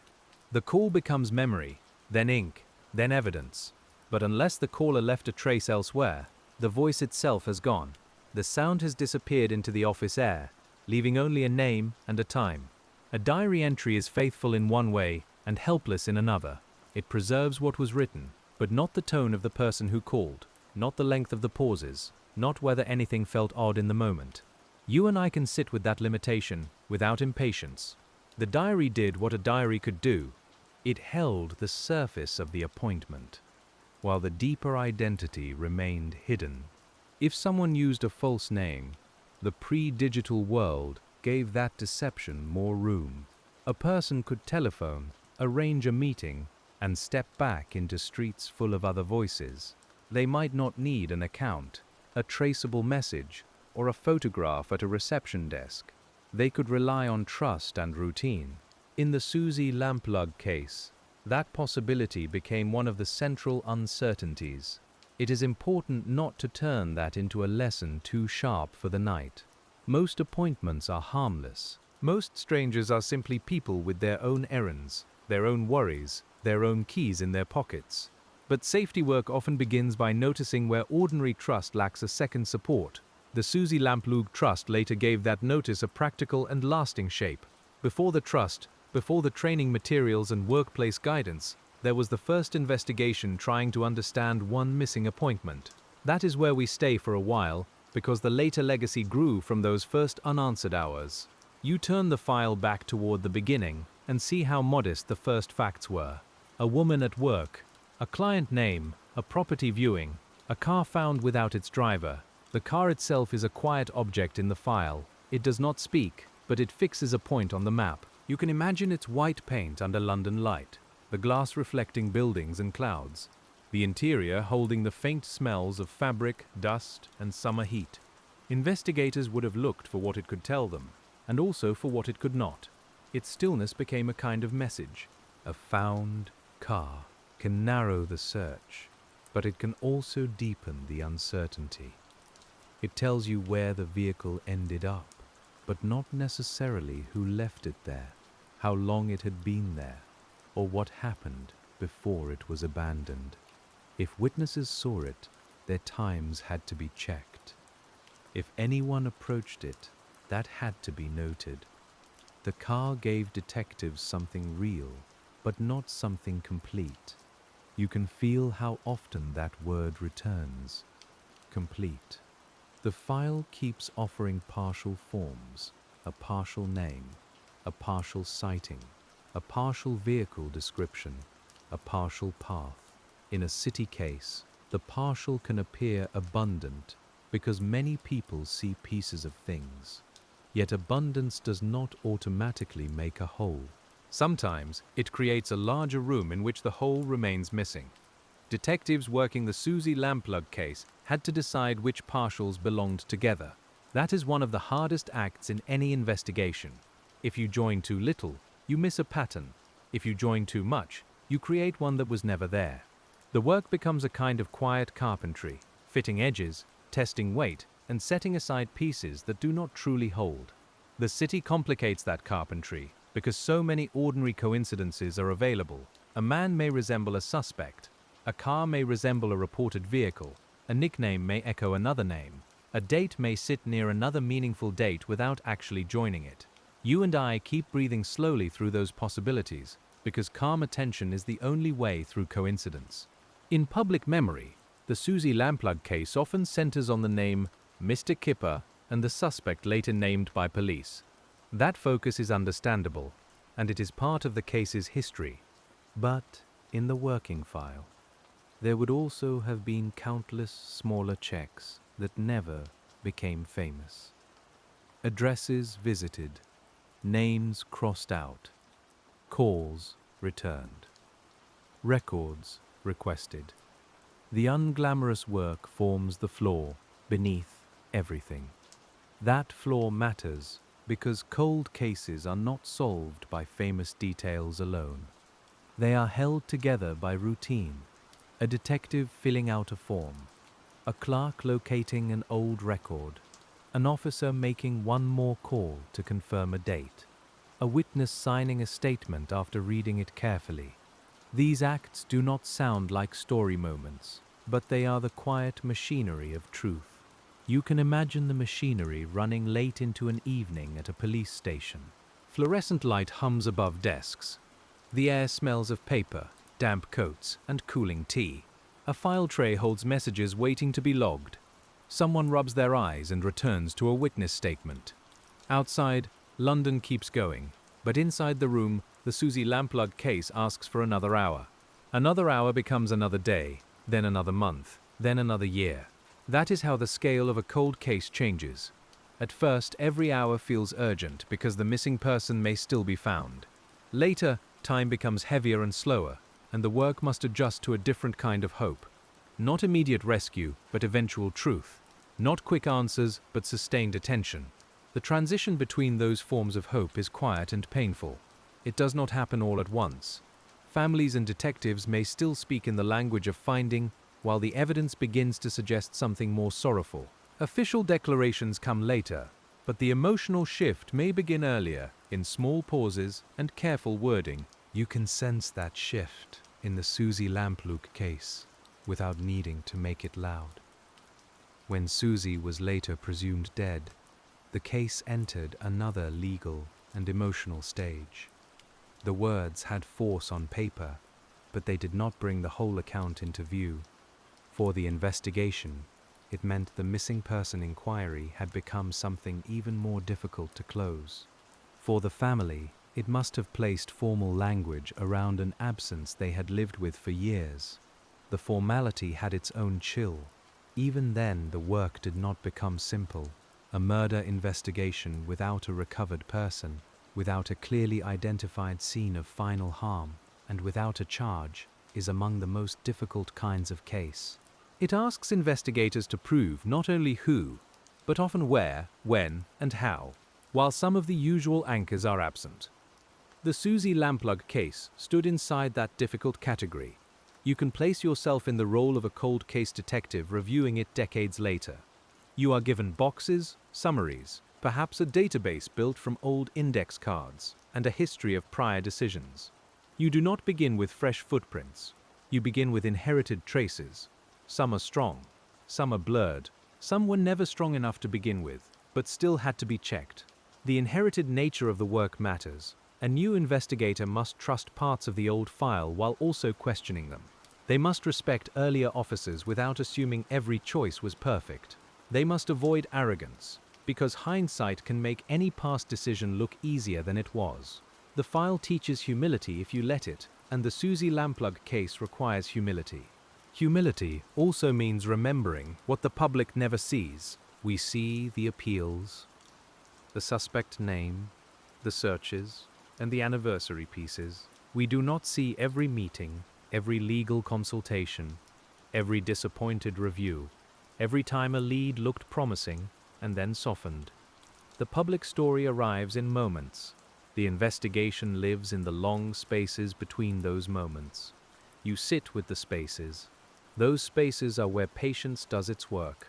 A letter waits for a reply, a laboratory result is delayed, a retired officer is contacted, a record office searches for material that may no longer exist.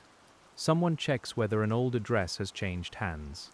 The work is practical, and it often moves at the speed of other institutions. A cold case file learns to wait. Waiting is not passive in this context. It is structured. The file is logged. The request is tracked. The note is made. The next call is scheduled. Patient work looks still from the outside, but inside it has small, steady movements. You can hear them if you imagine the pen across the page, the keyboard tapping, the printer warming, the cabinet drawer sliding open and shut. In the Suzy Lamplugh case, the waiting had another dimension, because public interest returned again and again. Each return could bring useful information, but it could also bring speculation, repeated rumor, and people who remembered the famous version more clearly than the day itself. Detectives had to receive those responses without becoming overwhelmed by them. The famous file can be harder to keep clean. Clean means organized, cautious, and clear about the difference between evidence and commentary. It does not mean untouched. The file is touched constantly by everyone who reads, adds, and reviews it. But a good investigator keeps labels accurate. Witness account, media report, intelligence, corroborated fact, unconfirmed claim. Each label helps prevent the case from drifting into storytelling. Tonight, even as we tell it softly, we borrow that discipline. We stay close to what is known, and when we approach what is believed, we name it as belief. The Suzy Lamplugh case has enough real sadness and real patience without adding anything ornate. The city, the office, the appointment, the car, the years of searching, and the unanswered status are more than enough for reflection. Reflection is different from suspense. Suspense pulls forward sharply. Reflection allows the mind to settle around a fact and understand its weight. When we say that the case went cold in the city, we are not making the city sinister. We are recognizing how urban life, analog systems, and time work together to make certainty hard. That recognition can be calm and still serious. The city contains kindness as well as anonymity. Someone saw an appeal and tried to help. Someone gave a statement. Someone searched an old memory. Someone working in a later office learned to check in with colleagues because of Suzy's story. London was the place where the trail thinned, but it was also the place where concern gathered. The file holds both sides of the city. You may imagine the city at dusk, with warm lights appearing in windows and the traffic thinning just slightly. Somewhere, a detective leaves an office after another day of reading old material. The case does not leave with them exactly, but it remains in their thoughts, perhaps in the rhythm of their walk to the station. Cold cases can follow people home quietly, because unanswered work has a way of lingering. That lingering is not always unhealthy. Sometimes it is the sign of a promise kept. A detective who remembers Suzy's name years later is part of the chain that prevents the case from becoming just an archive label. A colleague who still thinks about the appointment is part of that chain too. A parent who speaks publicly in the hope of protecting others becomes another link. Memory can be work. Memory work is especially important when a case lacks the closure people expect. If there is no trial, no full confession, no recovered person, then public memory can either grow careless or grow careful. Careless memory turns people into symbols and suspects into certainties. Careful memory keeps distinctions alive. It says what happened, what was believed, what was never proven, and what remains unknown. The Suzy Lamplugh case asks for careful memory because it has often been retold through a small number of strong details. Those details are real, but they are not the whole inquiry. The inquiry included painstaking checks, family advocacy, workplace safety change, and the long legal hesitation that comes when suspicion cannot become charge. You can let that broader picture settle slowly, like dust in a shaft of light. Sometimes, when people discuss cold cases, they speak as though the answer must be somewhere in the file, waiting only for a clever reader. That may be true in some cases. In others, the file may contain everything that remains. And everything that remains may still be insufficient. The difference is difficult to accept. It is one of the quietest lessons of patient investigation. You can be intelligent, diligent, and compassionate, and still reach the edge of what evidence allows. That does not mean the work failed in every sense. It may have preserved facts, protected memory, changed practice, and narrowed suspicion. It may have done everything short of the one thing everyone wanted most. The Suzy Lamplugh case seems to stand near that painful edge. The edge appears in the decision not to charge. It appears in the searches that found no trace. It appears in the searches that found no trace. It appears in the repeated appeals that did not produce the final proof. It appears in the public naming of a suspect, followed by the continued absence of a court resolution. You can trace the edge with your finger along the file, but you cannot step beyond it without leaving evidence behind. Leaving evidence behind is what we refuse to do tonight. We remain beside it. We let it guide the pace. If the file says unknown, we say unknown. If the file says suspected, we say suspected. If the file says no charges, we say no charges. This careful language may feel slow, but slowness is part of the case's honor. There is a softness in that honor, but not weakness. It takes steadiness to avoid inventing what is missing. It takes steadiness to speak gently about a case that has caused great pain. It takes steadiness to remember that every person in the file had a life beyond the role assigned by the investigation. Suzy most of all, but also colleagues, witnesses, officers, and family members. The witnesses, in particular, deserve gentle treatment. A person who offered a sighting may have carried the question of whether they remembered correctly for years.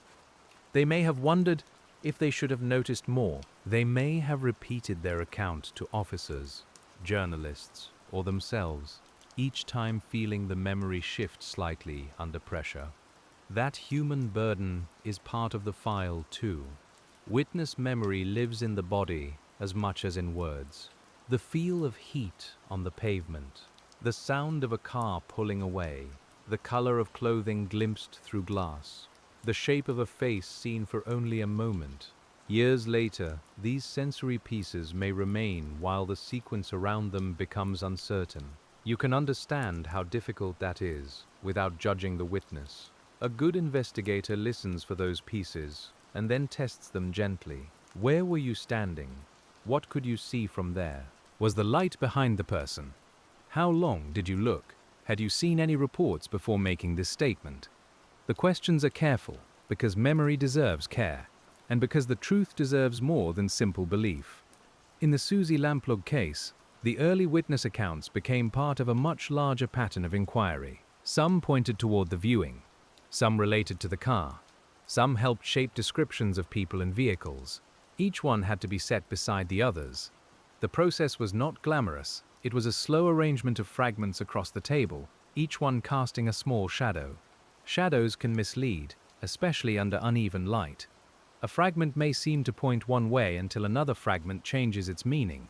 A reported vehicle may seem significant until the timing weakens. A possible sighting may seem vital until geography complicates it. Cold case officers learn to live with changing weight, because a fact's importance can shift as the surrounding facts become clearer. The Suzy Lamplugh case grew through those shifts. Early hope gave way to search. Search gave way to suspicion. Suspicion narrowed toward canon in the public account. Legal action did not follow. Searches continued. Public memory continued. Safety work continued. At every stage, the central absence remained, and the case kept changing around that absence without filling it. That is another reason it stayed with people.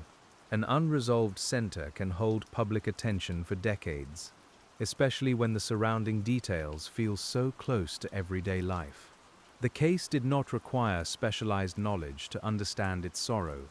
Anyone who has kept a diary, attended a work appointment, or waited for someone to come home can understand the first outline. The simplicity gives it force, yet the deeper you read, the less simple it becomes. You begin to see the legal thresholds, the evidential gaps, the problem of time, the difference between suspicion and proof, and the way public memory can harden around an incomplete story. This deeper reading slows you down. It asks you not to rush toward certainty just because certainty would feel more restful. The file prefers patience. Patience is not the same as passivity. The officers who reviewed the Suzy Lamplugh case were not merely caretakers of paper. They searched, appealed, interviewed, indexed, consulted, and returned. The family did not merely wait in silence. They spoke, campaigned, and built practical change. The public did not merely consume a mystery. Many people tried to help. The case is full of action, but action at a human pace. That pace is important for us tonight. We are not chasing the case. We are sitting with it. You can feel the difference in your breathing. A chase narrows the body. Sitting opens the room. The old file can lie on the desk without demanding that we solve in 1 hour what investigators could not solve in decades. We give the case time. Time is the subject as much as the enemy. It damages evidence, but it also reveals patterns. It dims memory, but it may soften silence. It takes witnesses away, but it brings new technology. It changes cities, but it preserves some records in unexpected drawers. In the Suzy Lamplugh case, time did all of these things, and none of them fully overcame the unknown. You can imagine a forgotten drawer in some private home holding an address book from the 1980s, a diary, or an old photograph from a street corner. Cold case appeals often depend on the possibility that something like that still exists.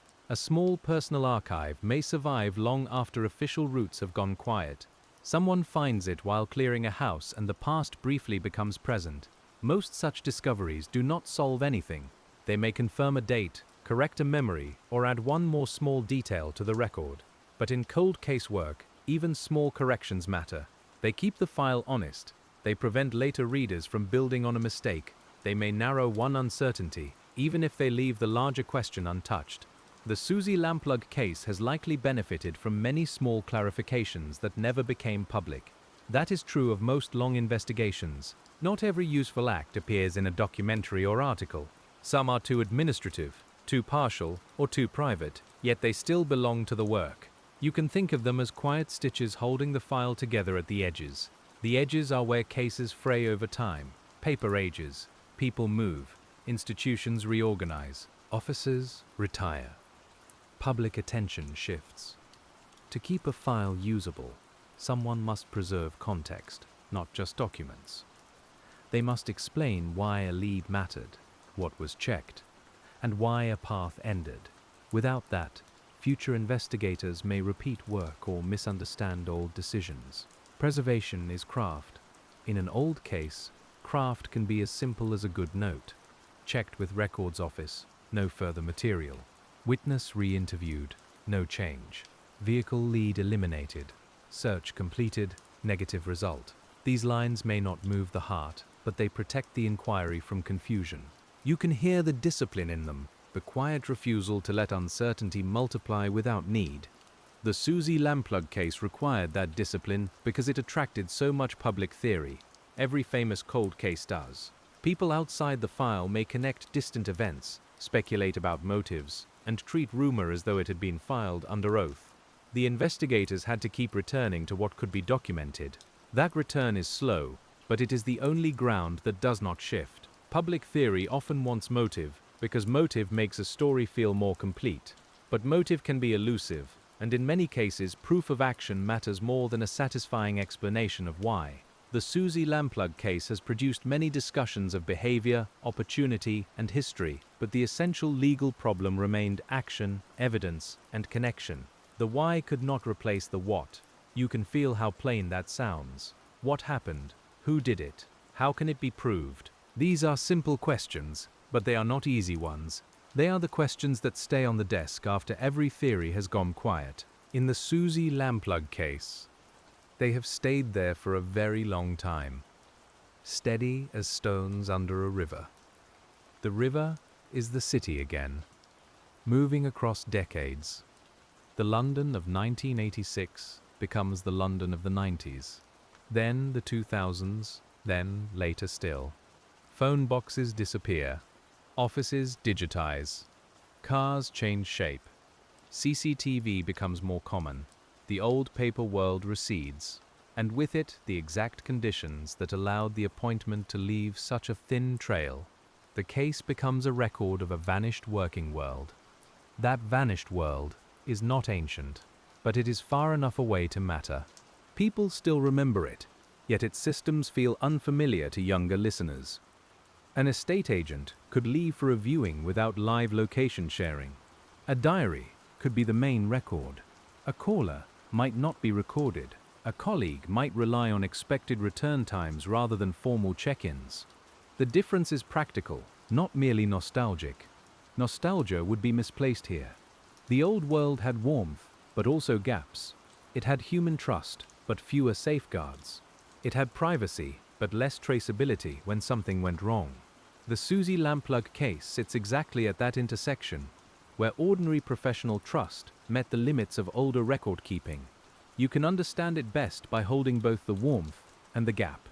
The file's physicality helps us hold it. Paper makes time visible. A newer printout lies beside a fading photocopy.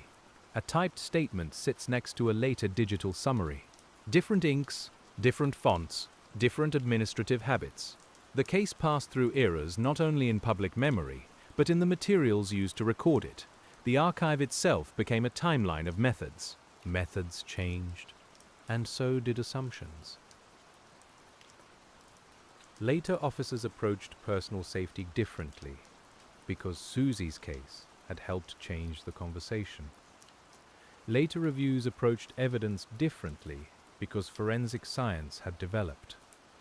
Later prosecutors looked at old material through contemporary standards of admissibility and sufficiency.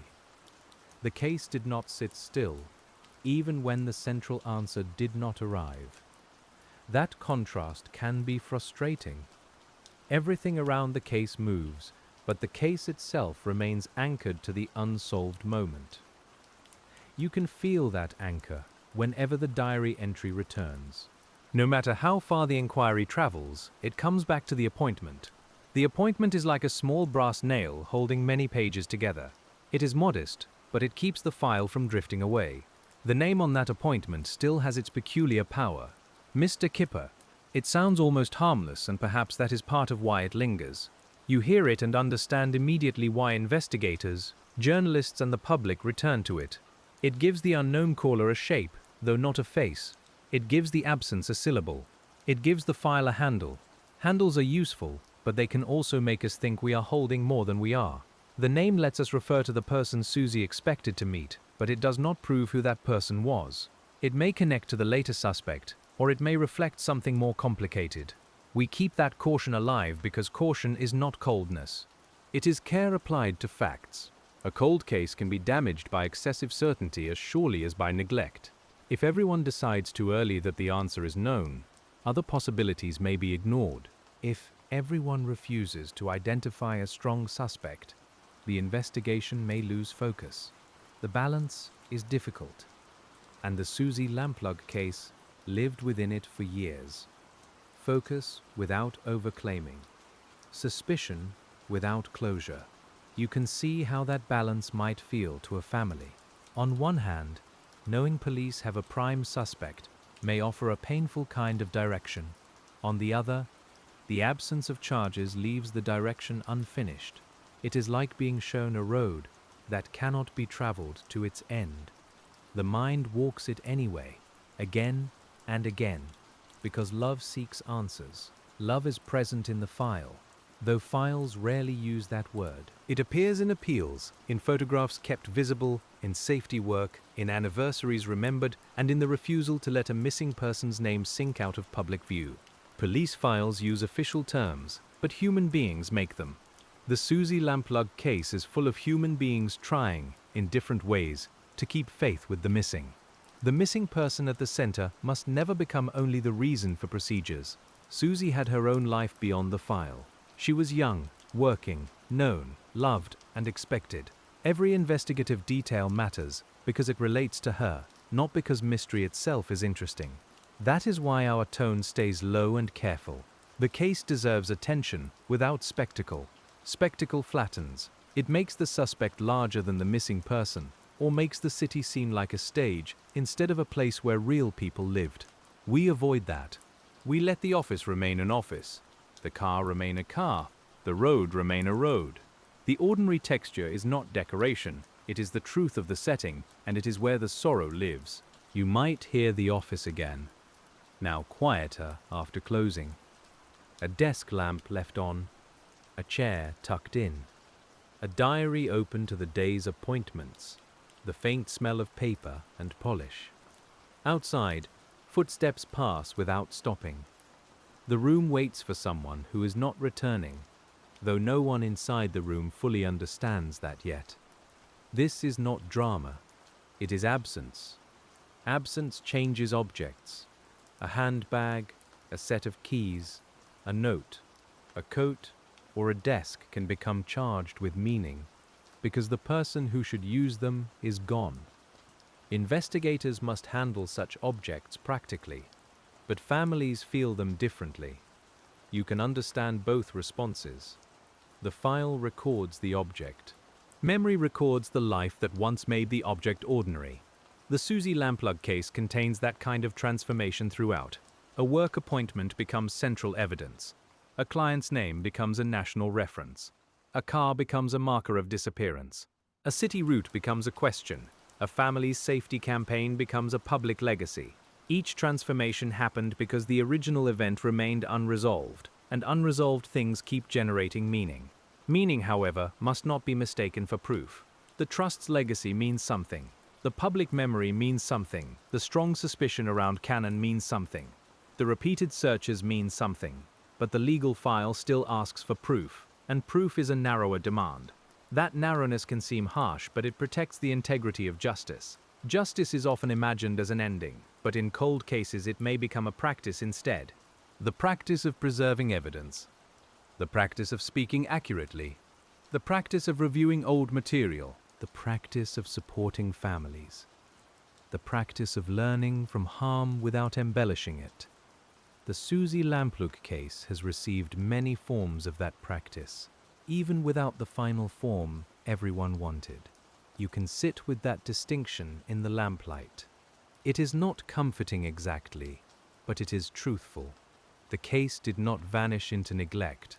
It became part of policing history, workplace safety history, and public memory, yet its central question remained. This is the difficult combination we carry, and we carry it without forcing it to become simpler than it is. Sometimes, in long investigations, a detective will know a file so well that certain pages feel almost memorized. They know where the weak place is before opening the folder. They know which witness account will not quite align. They know which search produced nothing, and which theory returns whenever the case is discussed. That familiarity can be wearying, but it can also make the detective a careful guardian. A guardian of a file is not the same as an owner of the truth. The truth, if fully known, belongs first to the person harmed and to those who loved them. The investigator's role is to protect the path toward it. When the path is broken, the investigator preserves the pieces and marks the breaks.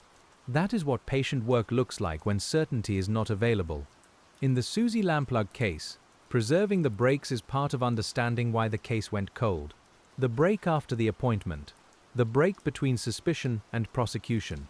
The break between searches and recovery. The break between public belief and legal resolution. Each one has to be named separately, because together they explain the coldness more honestly than any single answer. The break after the appointment is the most fundamental.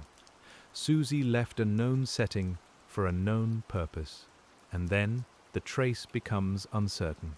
The break between suspicion and prosecution came much later, after investigators had reasons to focus on Cannon, but not enough to bring the case to court. The break between searches and recovery persisted across the decades. The file became a chain with gaps. A chain with gaps can still tell you something about direction. It can suggest where the missing links might have been. It can show which path is most plausible, but it cannot hold weight in the same way as an unbroken chain. This is the difference cold case investigators live with, and it is the difference the public often struggles to accept. Plausible is not always provable. The Suzy Lamplugh case is often described through plausibility. It is plausible that the appointment was arranged under a false name. It is plausible that the man police later focused on was connected. It is plausible that the city allowed quick movement away from the viewing. But plausibility, however strong, did not produce a court-tested resolution. The file remained carefully, painfully open. Open files have a particular mood. They are not blank. They are full of work. But they do not release the mind. They sit in archives with a kind of unfinished pressure. Anyone who opens them inherits that pressure for a while. You can feel it tonight as you sit beside the lamp, tracing the edges of the Suzy Lamplugh case through paper, memory, and city. The pressure does not need to make us restless. We can let it become a quiet awareness instead. The awareness that some truths arrive late, some never arrive, and some remain known only in fragments. That awareness is not despair. It is a sober kind of tenderness. It allows us to honor effort without pretending effort always wins. The file asks for that tenderness. As the years passed, the Suzy Lamplugh case became both more distant and more fixed. More distant because 1986 moved further away. More fixed because the key details were repeated so often that they settled into public memory. The tension between distance and fixation is strange. A case can feel familiar to people who were not alive when it began, while still refusing its final truth. This is why careful retelling matters. Each retelling can either deepen understanding or harden simplification. If we retell only the famous points, we miss the patient work. If we retell only the investigative limits, we risk losing Suzy's personhood. If we retell only the suspect focus, we erase the legal uncertainty. A balanced retelling moves slowly enough to keep all three in view. You and I keep that view by returning to texture. The diary paper, the office air, the pavement heat, the car glass, the archive boxes, the search ground. These sensory details are not ornaments. They keep the case human, grounded, and specific. They remind us that the mystery did not happen in abstraction. It happened in rooms and streets people could touch. Touch matters because cold cases can become too cerebral. Timelines, theories, and legal standards may float away from the life beneath them. But when you imagine the weight of a folder, the tack of an old label, or the smell of rain in a station corridor, the case returns to the body. It becomes less like a puzzle and more like a remembered place.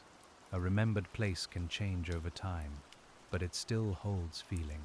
Fulham may look different now, yet the name carries the old case when spoken in this context. Shorrolds Road may be an ordinary residential road, and that ordinariness should be respected. It is not a monument, it is a place where people live.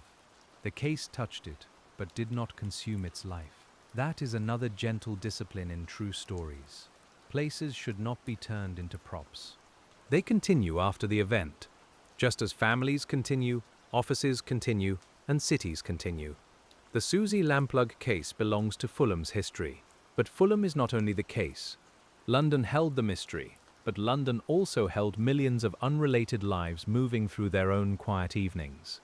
The city's continuation may feel indifferent, but it is also simply life.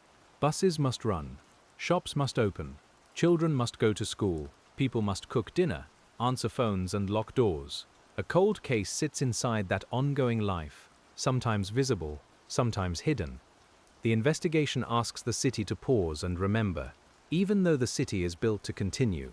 When appeals were made, the city did pause in small ways. People watched, read, listened, and called. A face appeared in newspapers and on television. A name entered conversations at work and at home. People checked their own memories against the appeal. The pause was imperfect, but it was real. It shows again that the Suzy Lamplugh case was met with concern. Concern can fade if it is not renewed. Anniversaries renew it. Searches renew it. New developments renew it. The Trust's work renews it in another way, by making Suzy's name part of living practice rather than only old news. Renewal does not solve the case, but it keeps the question from disappearing entirely into archives. It keeps a small light on. A light left on is a good image for a cold case unit. Not bright enough to erase shadows, but steady enough to see the desk. You can imagine one file box under that light, labeled carefully, ready for another review when a reason appears. The box does not demand attention every day, but it remains reachable. That reachability is part of institutional memory. Institutional memory can be fragile. Departments change. Databases migrate. People retire. Records are reorganized. A case that survives these changes has been actively preserved, whether the public sees it or not. The Suzy Lamplugh case's continued visibility helped preservation, but preservation still required practical work. Someone had to keep track. Someone had to ensure the next reader could begin. Beginning again is not the same as starting over. A cold case review begins with everything already known, then asks whether those known things can be reorganized under new light. It does not discard the past, it tests it. It sees whether a detail once thought minor might matter now, or whether a lead once promising has been weakened by later checks. Review is a form of listening. Listening to a file may sound strange, but experienced investigators often do it. They read for rhythm. Where does the account become thin?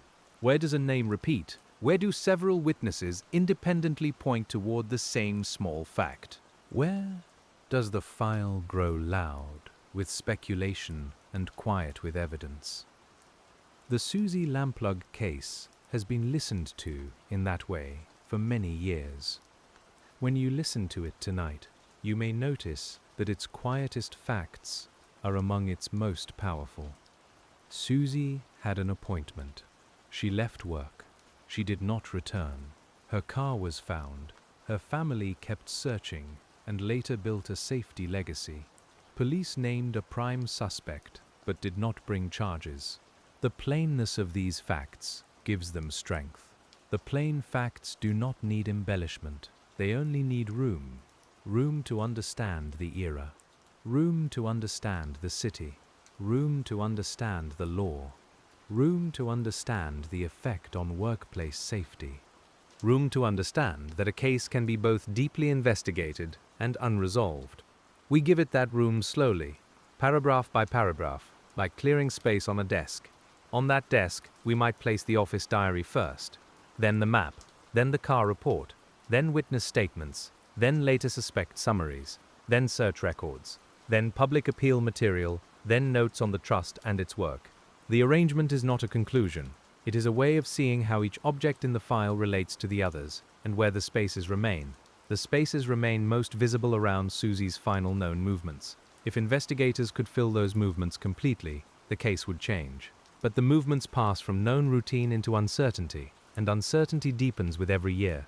You can feel how the city opens there, not dramatically, but practically, offering routes, vehicles, rooms, and witnesses who never knew they were witnesses until too late. Too late is another phrase that appears gently but heavily.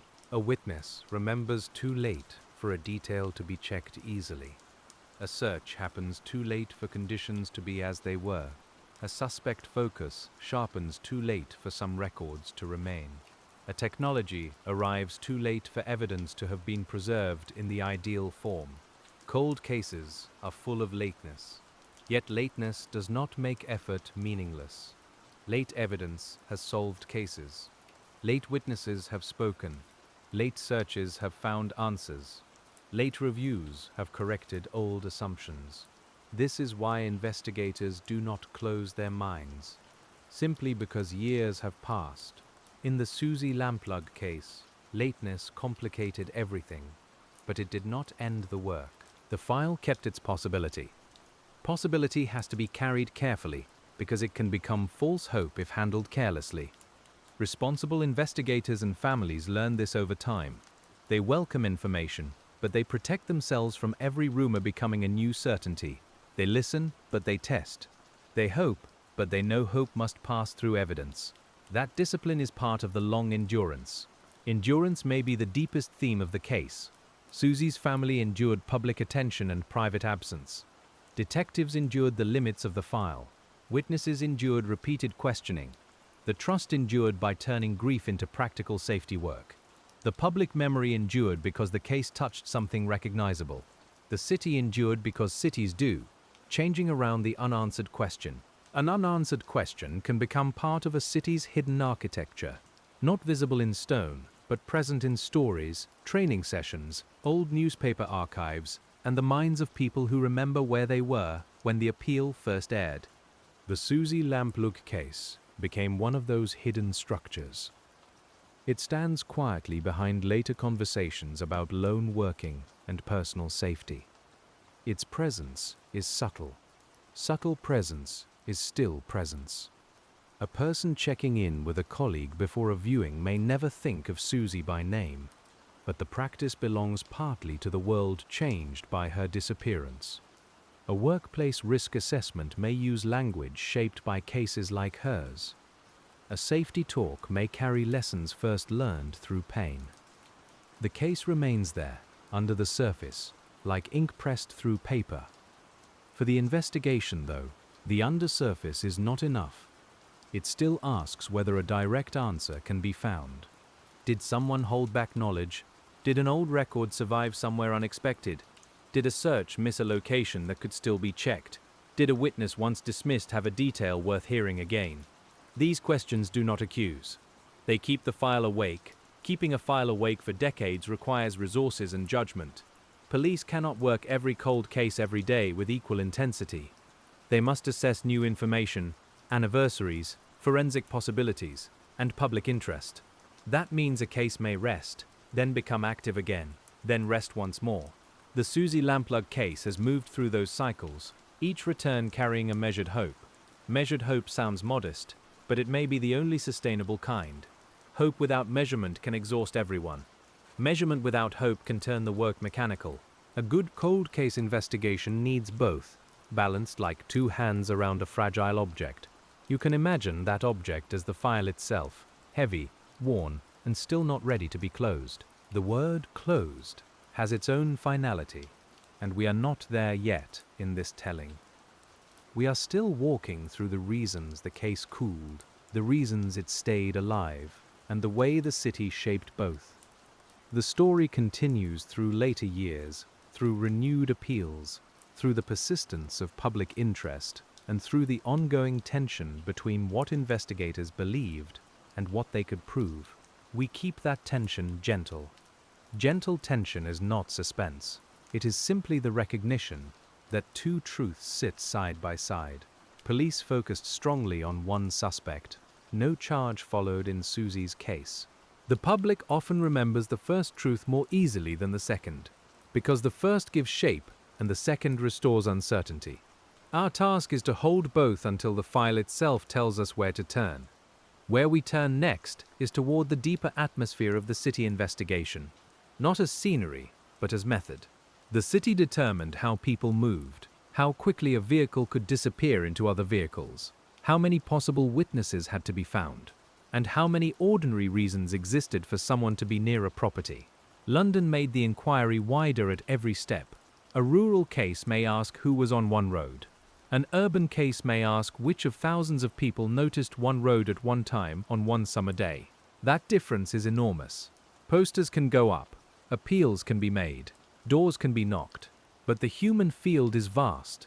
The Suzy Lamplugh case had to be searched inside that vastness, one person at a time. Door-to-door inquiries have their own quiet rhythm.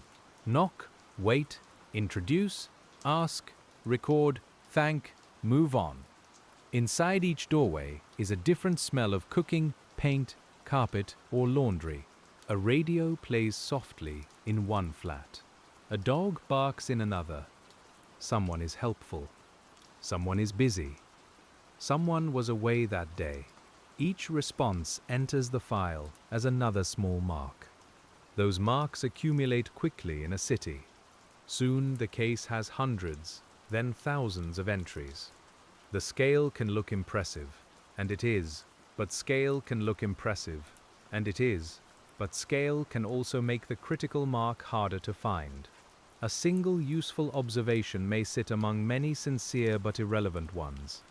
Detectives need systems to find it again. In 1986, those systems were more manual, more physical, more dependent on human memory. Human memory inside the police team matters too. An officer may remember that a name appeared in another context. A colleague may recall a vehicle lead discussed weeks earlier. A supervisor may sense that a witness account deserves another look.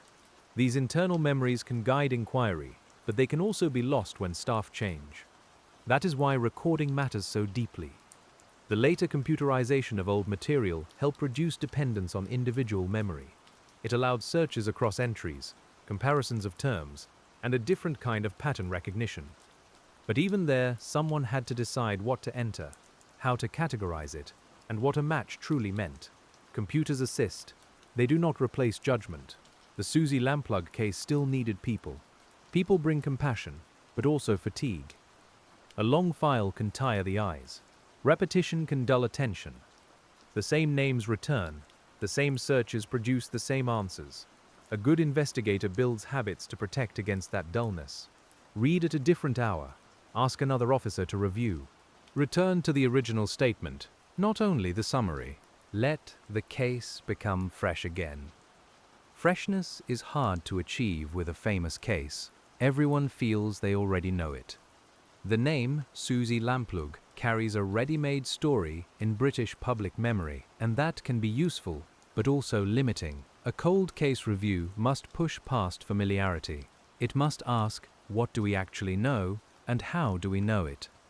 Familiarity can be a kind of fog. You and I push past it by slowing down. We do not let the famous phrases do all the work. We ask what the appointment meant operationally, what the city meant practically, what the suspect focus meant legally, and what the lack of charges meant emotionally. Each question opens a little more space. The file becomes less like a headline and more like a room. In that room, the old city sounds are softer now. The office phone is no longer ringing. The first rush of appeals has passed.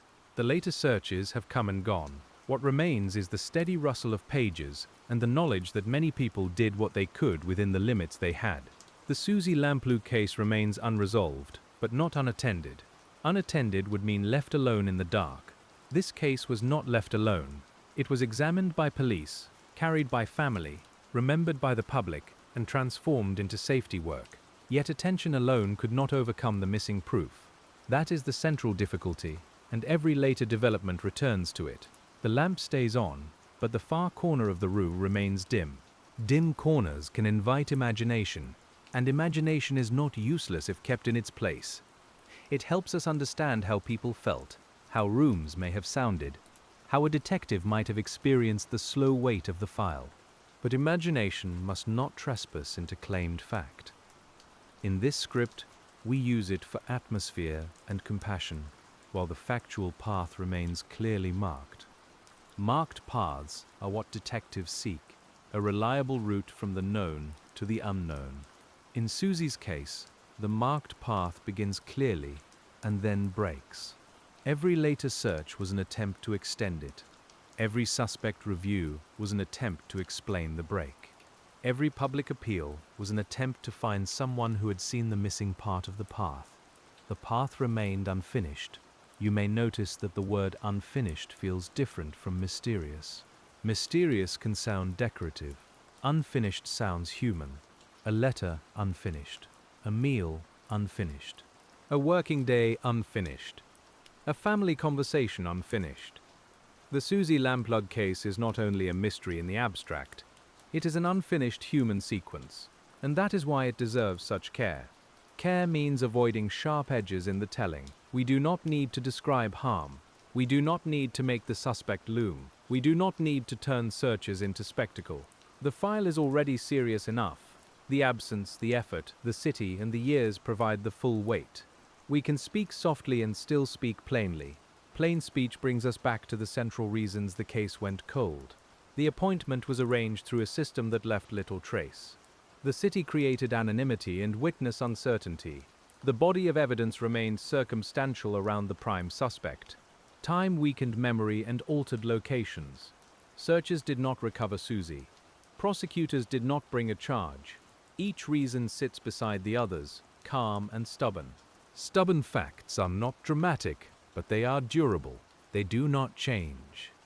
Because a story wants more shape. They remain on the page when the room is quiet.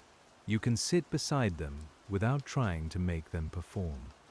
That is the kind of attention an old cold case asks for, especially one as public and painful as the Suzy Lamplugh case. The next turn in the file is not a revelation, but a wider look at the people who kept asking the same question across decades. Detectives, family members, colleagues, safety workers, and ordinary callers all became part of the case's long afterlife. Their roles differed, but each one touched the same unanswered center. As we move toward them, the paper shifts under your hand, and the old room seems to listen. The old room seems to listen, and perhaps that is enough for these final moments, because the Suzy Lamplugh case has always asked for listening more than noise. You can sit with the file a little longer, feeling the weight of its paper, the cool edge of the desk beneath your wrist, and the soft hum of the city beyond the window. The names remain where they are. The dates remain where they are. The unanswered spaces remain open. Suzy Lamplugh has never been found, and no one has ever been charged in her case. Police named John Cannon as their prime suspect, but he was never tried for Suzy's disappearance, and the case remains unsolved to this day. That is the real status of the file, plain and gentle, without ornament. It is still a story of work unfinished, of evidence that never quite became enough, and of a city that kept moving while one family kept waiting. So we do not force the ending into a shape it never had. We let it be what it is. A quiet file, a remembered appointment, a name written in ink, a family who turned sorrow toward safety, and detectives who returned to the same questions when new light seemed possible. You can rest beside those facts without solving them tonight, because patient work does not always end with certainty, and compassion does not require an answer before it can remain. The file is still open. The questions are still there, resting softly in the old paper and the London air. But for now, they can wait, and so can you.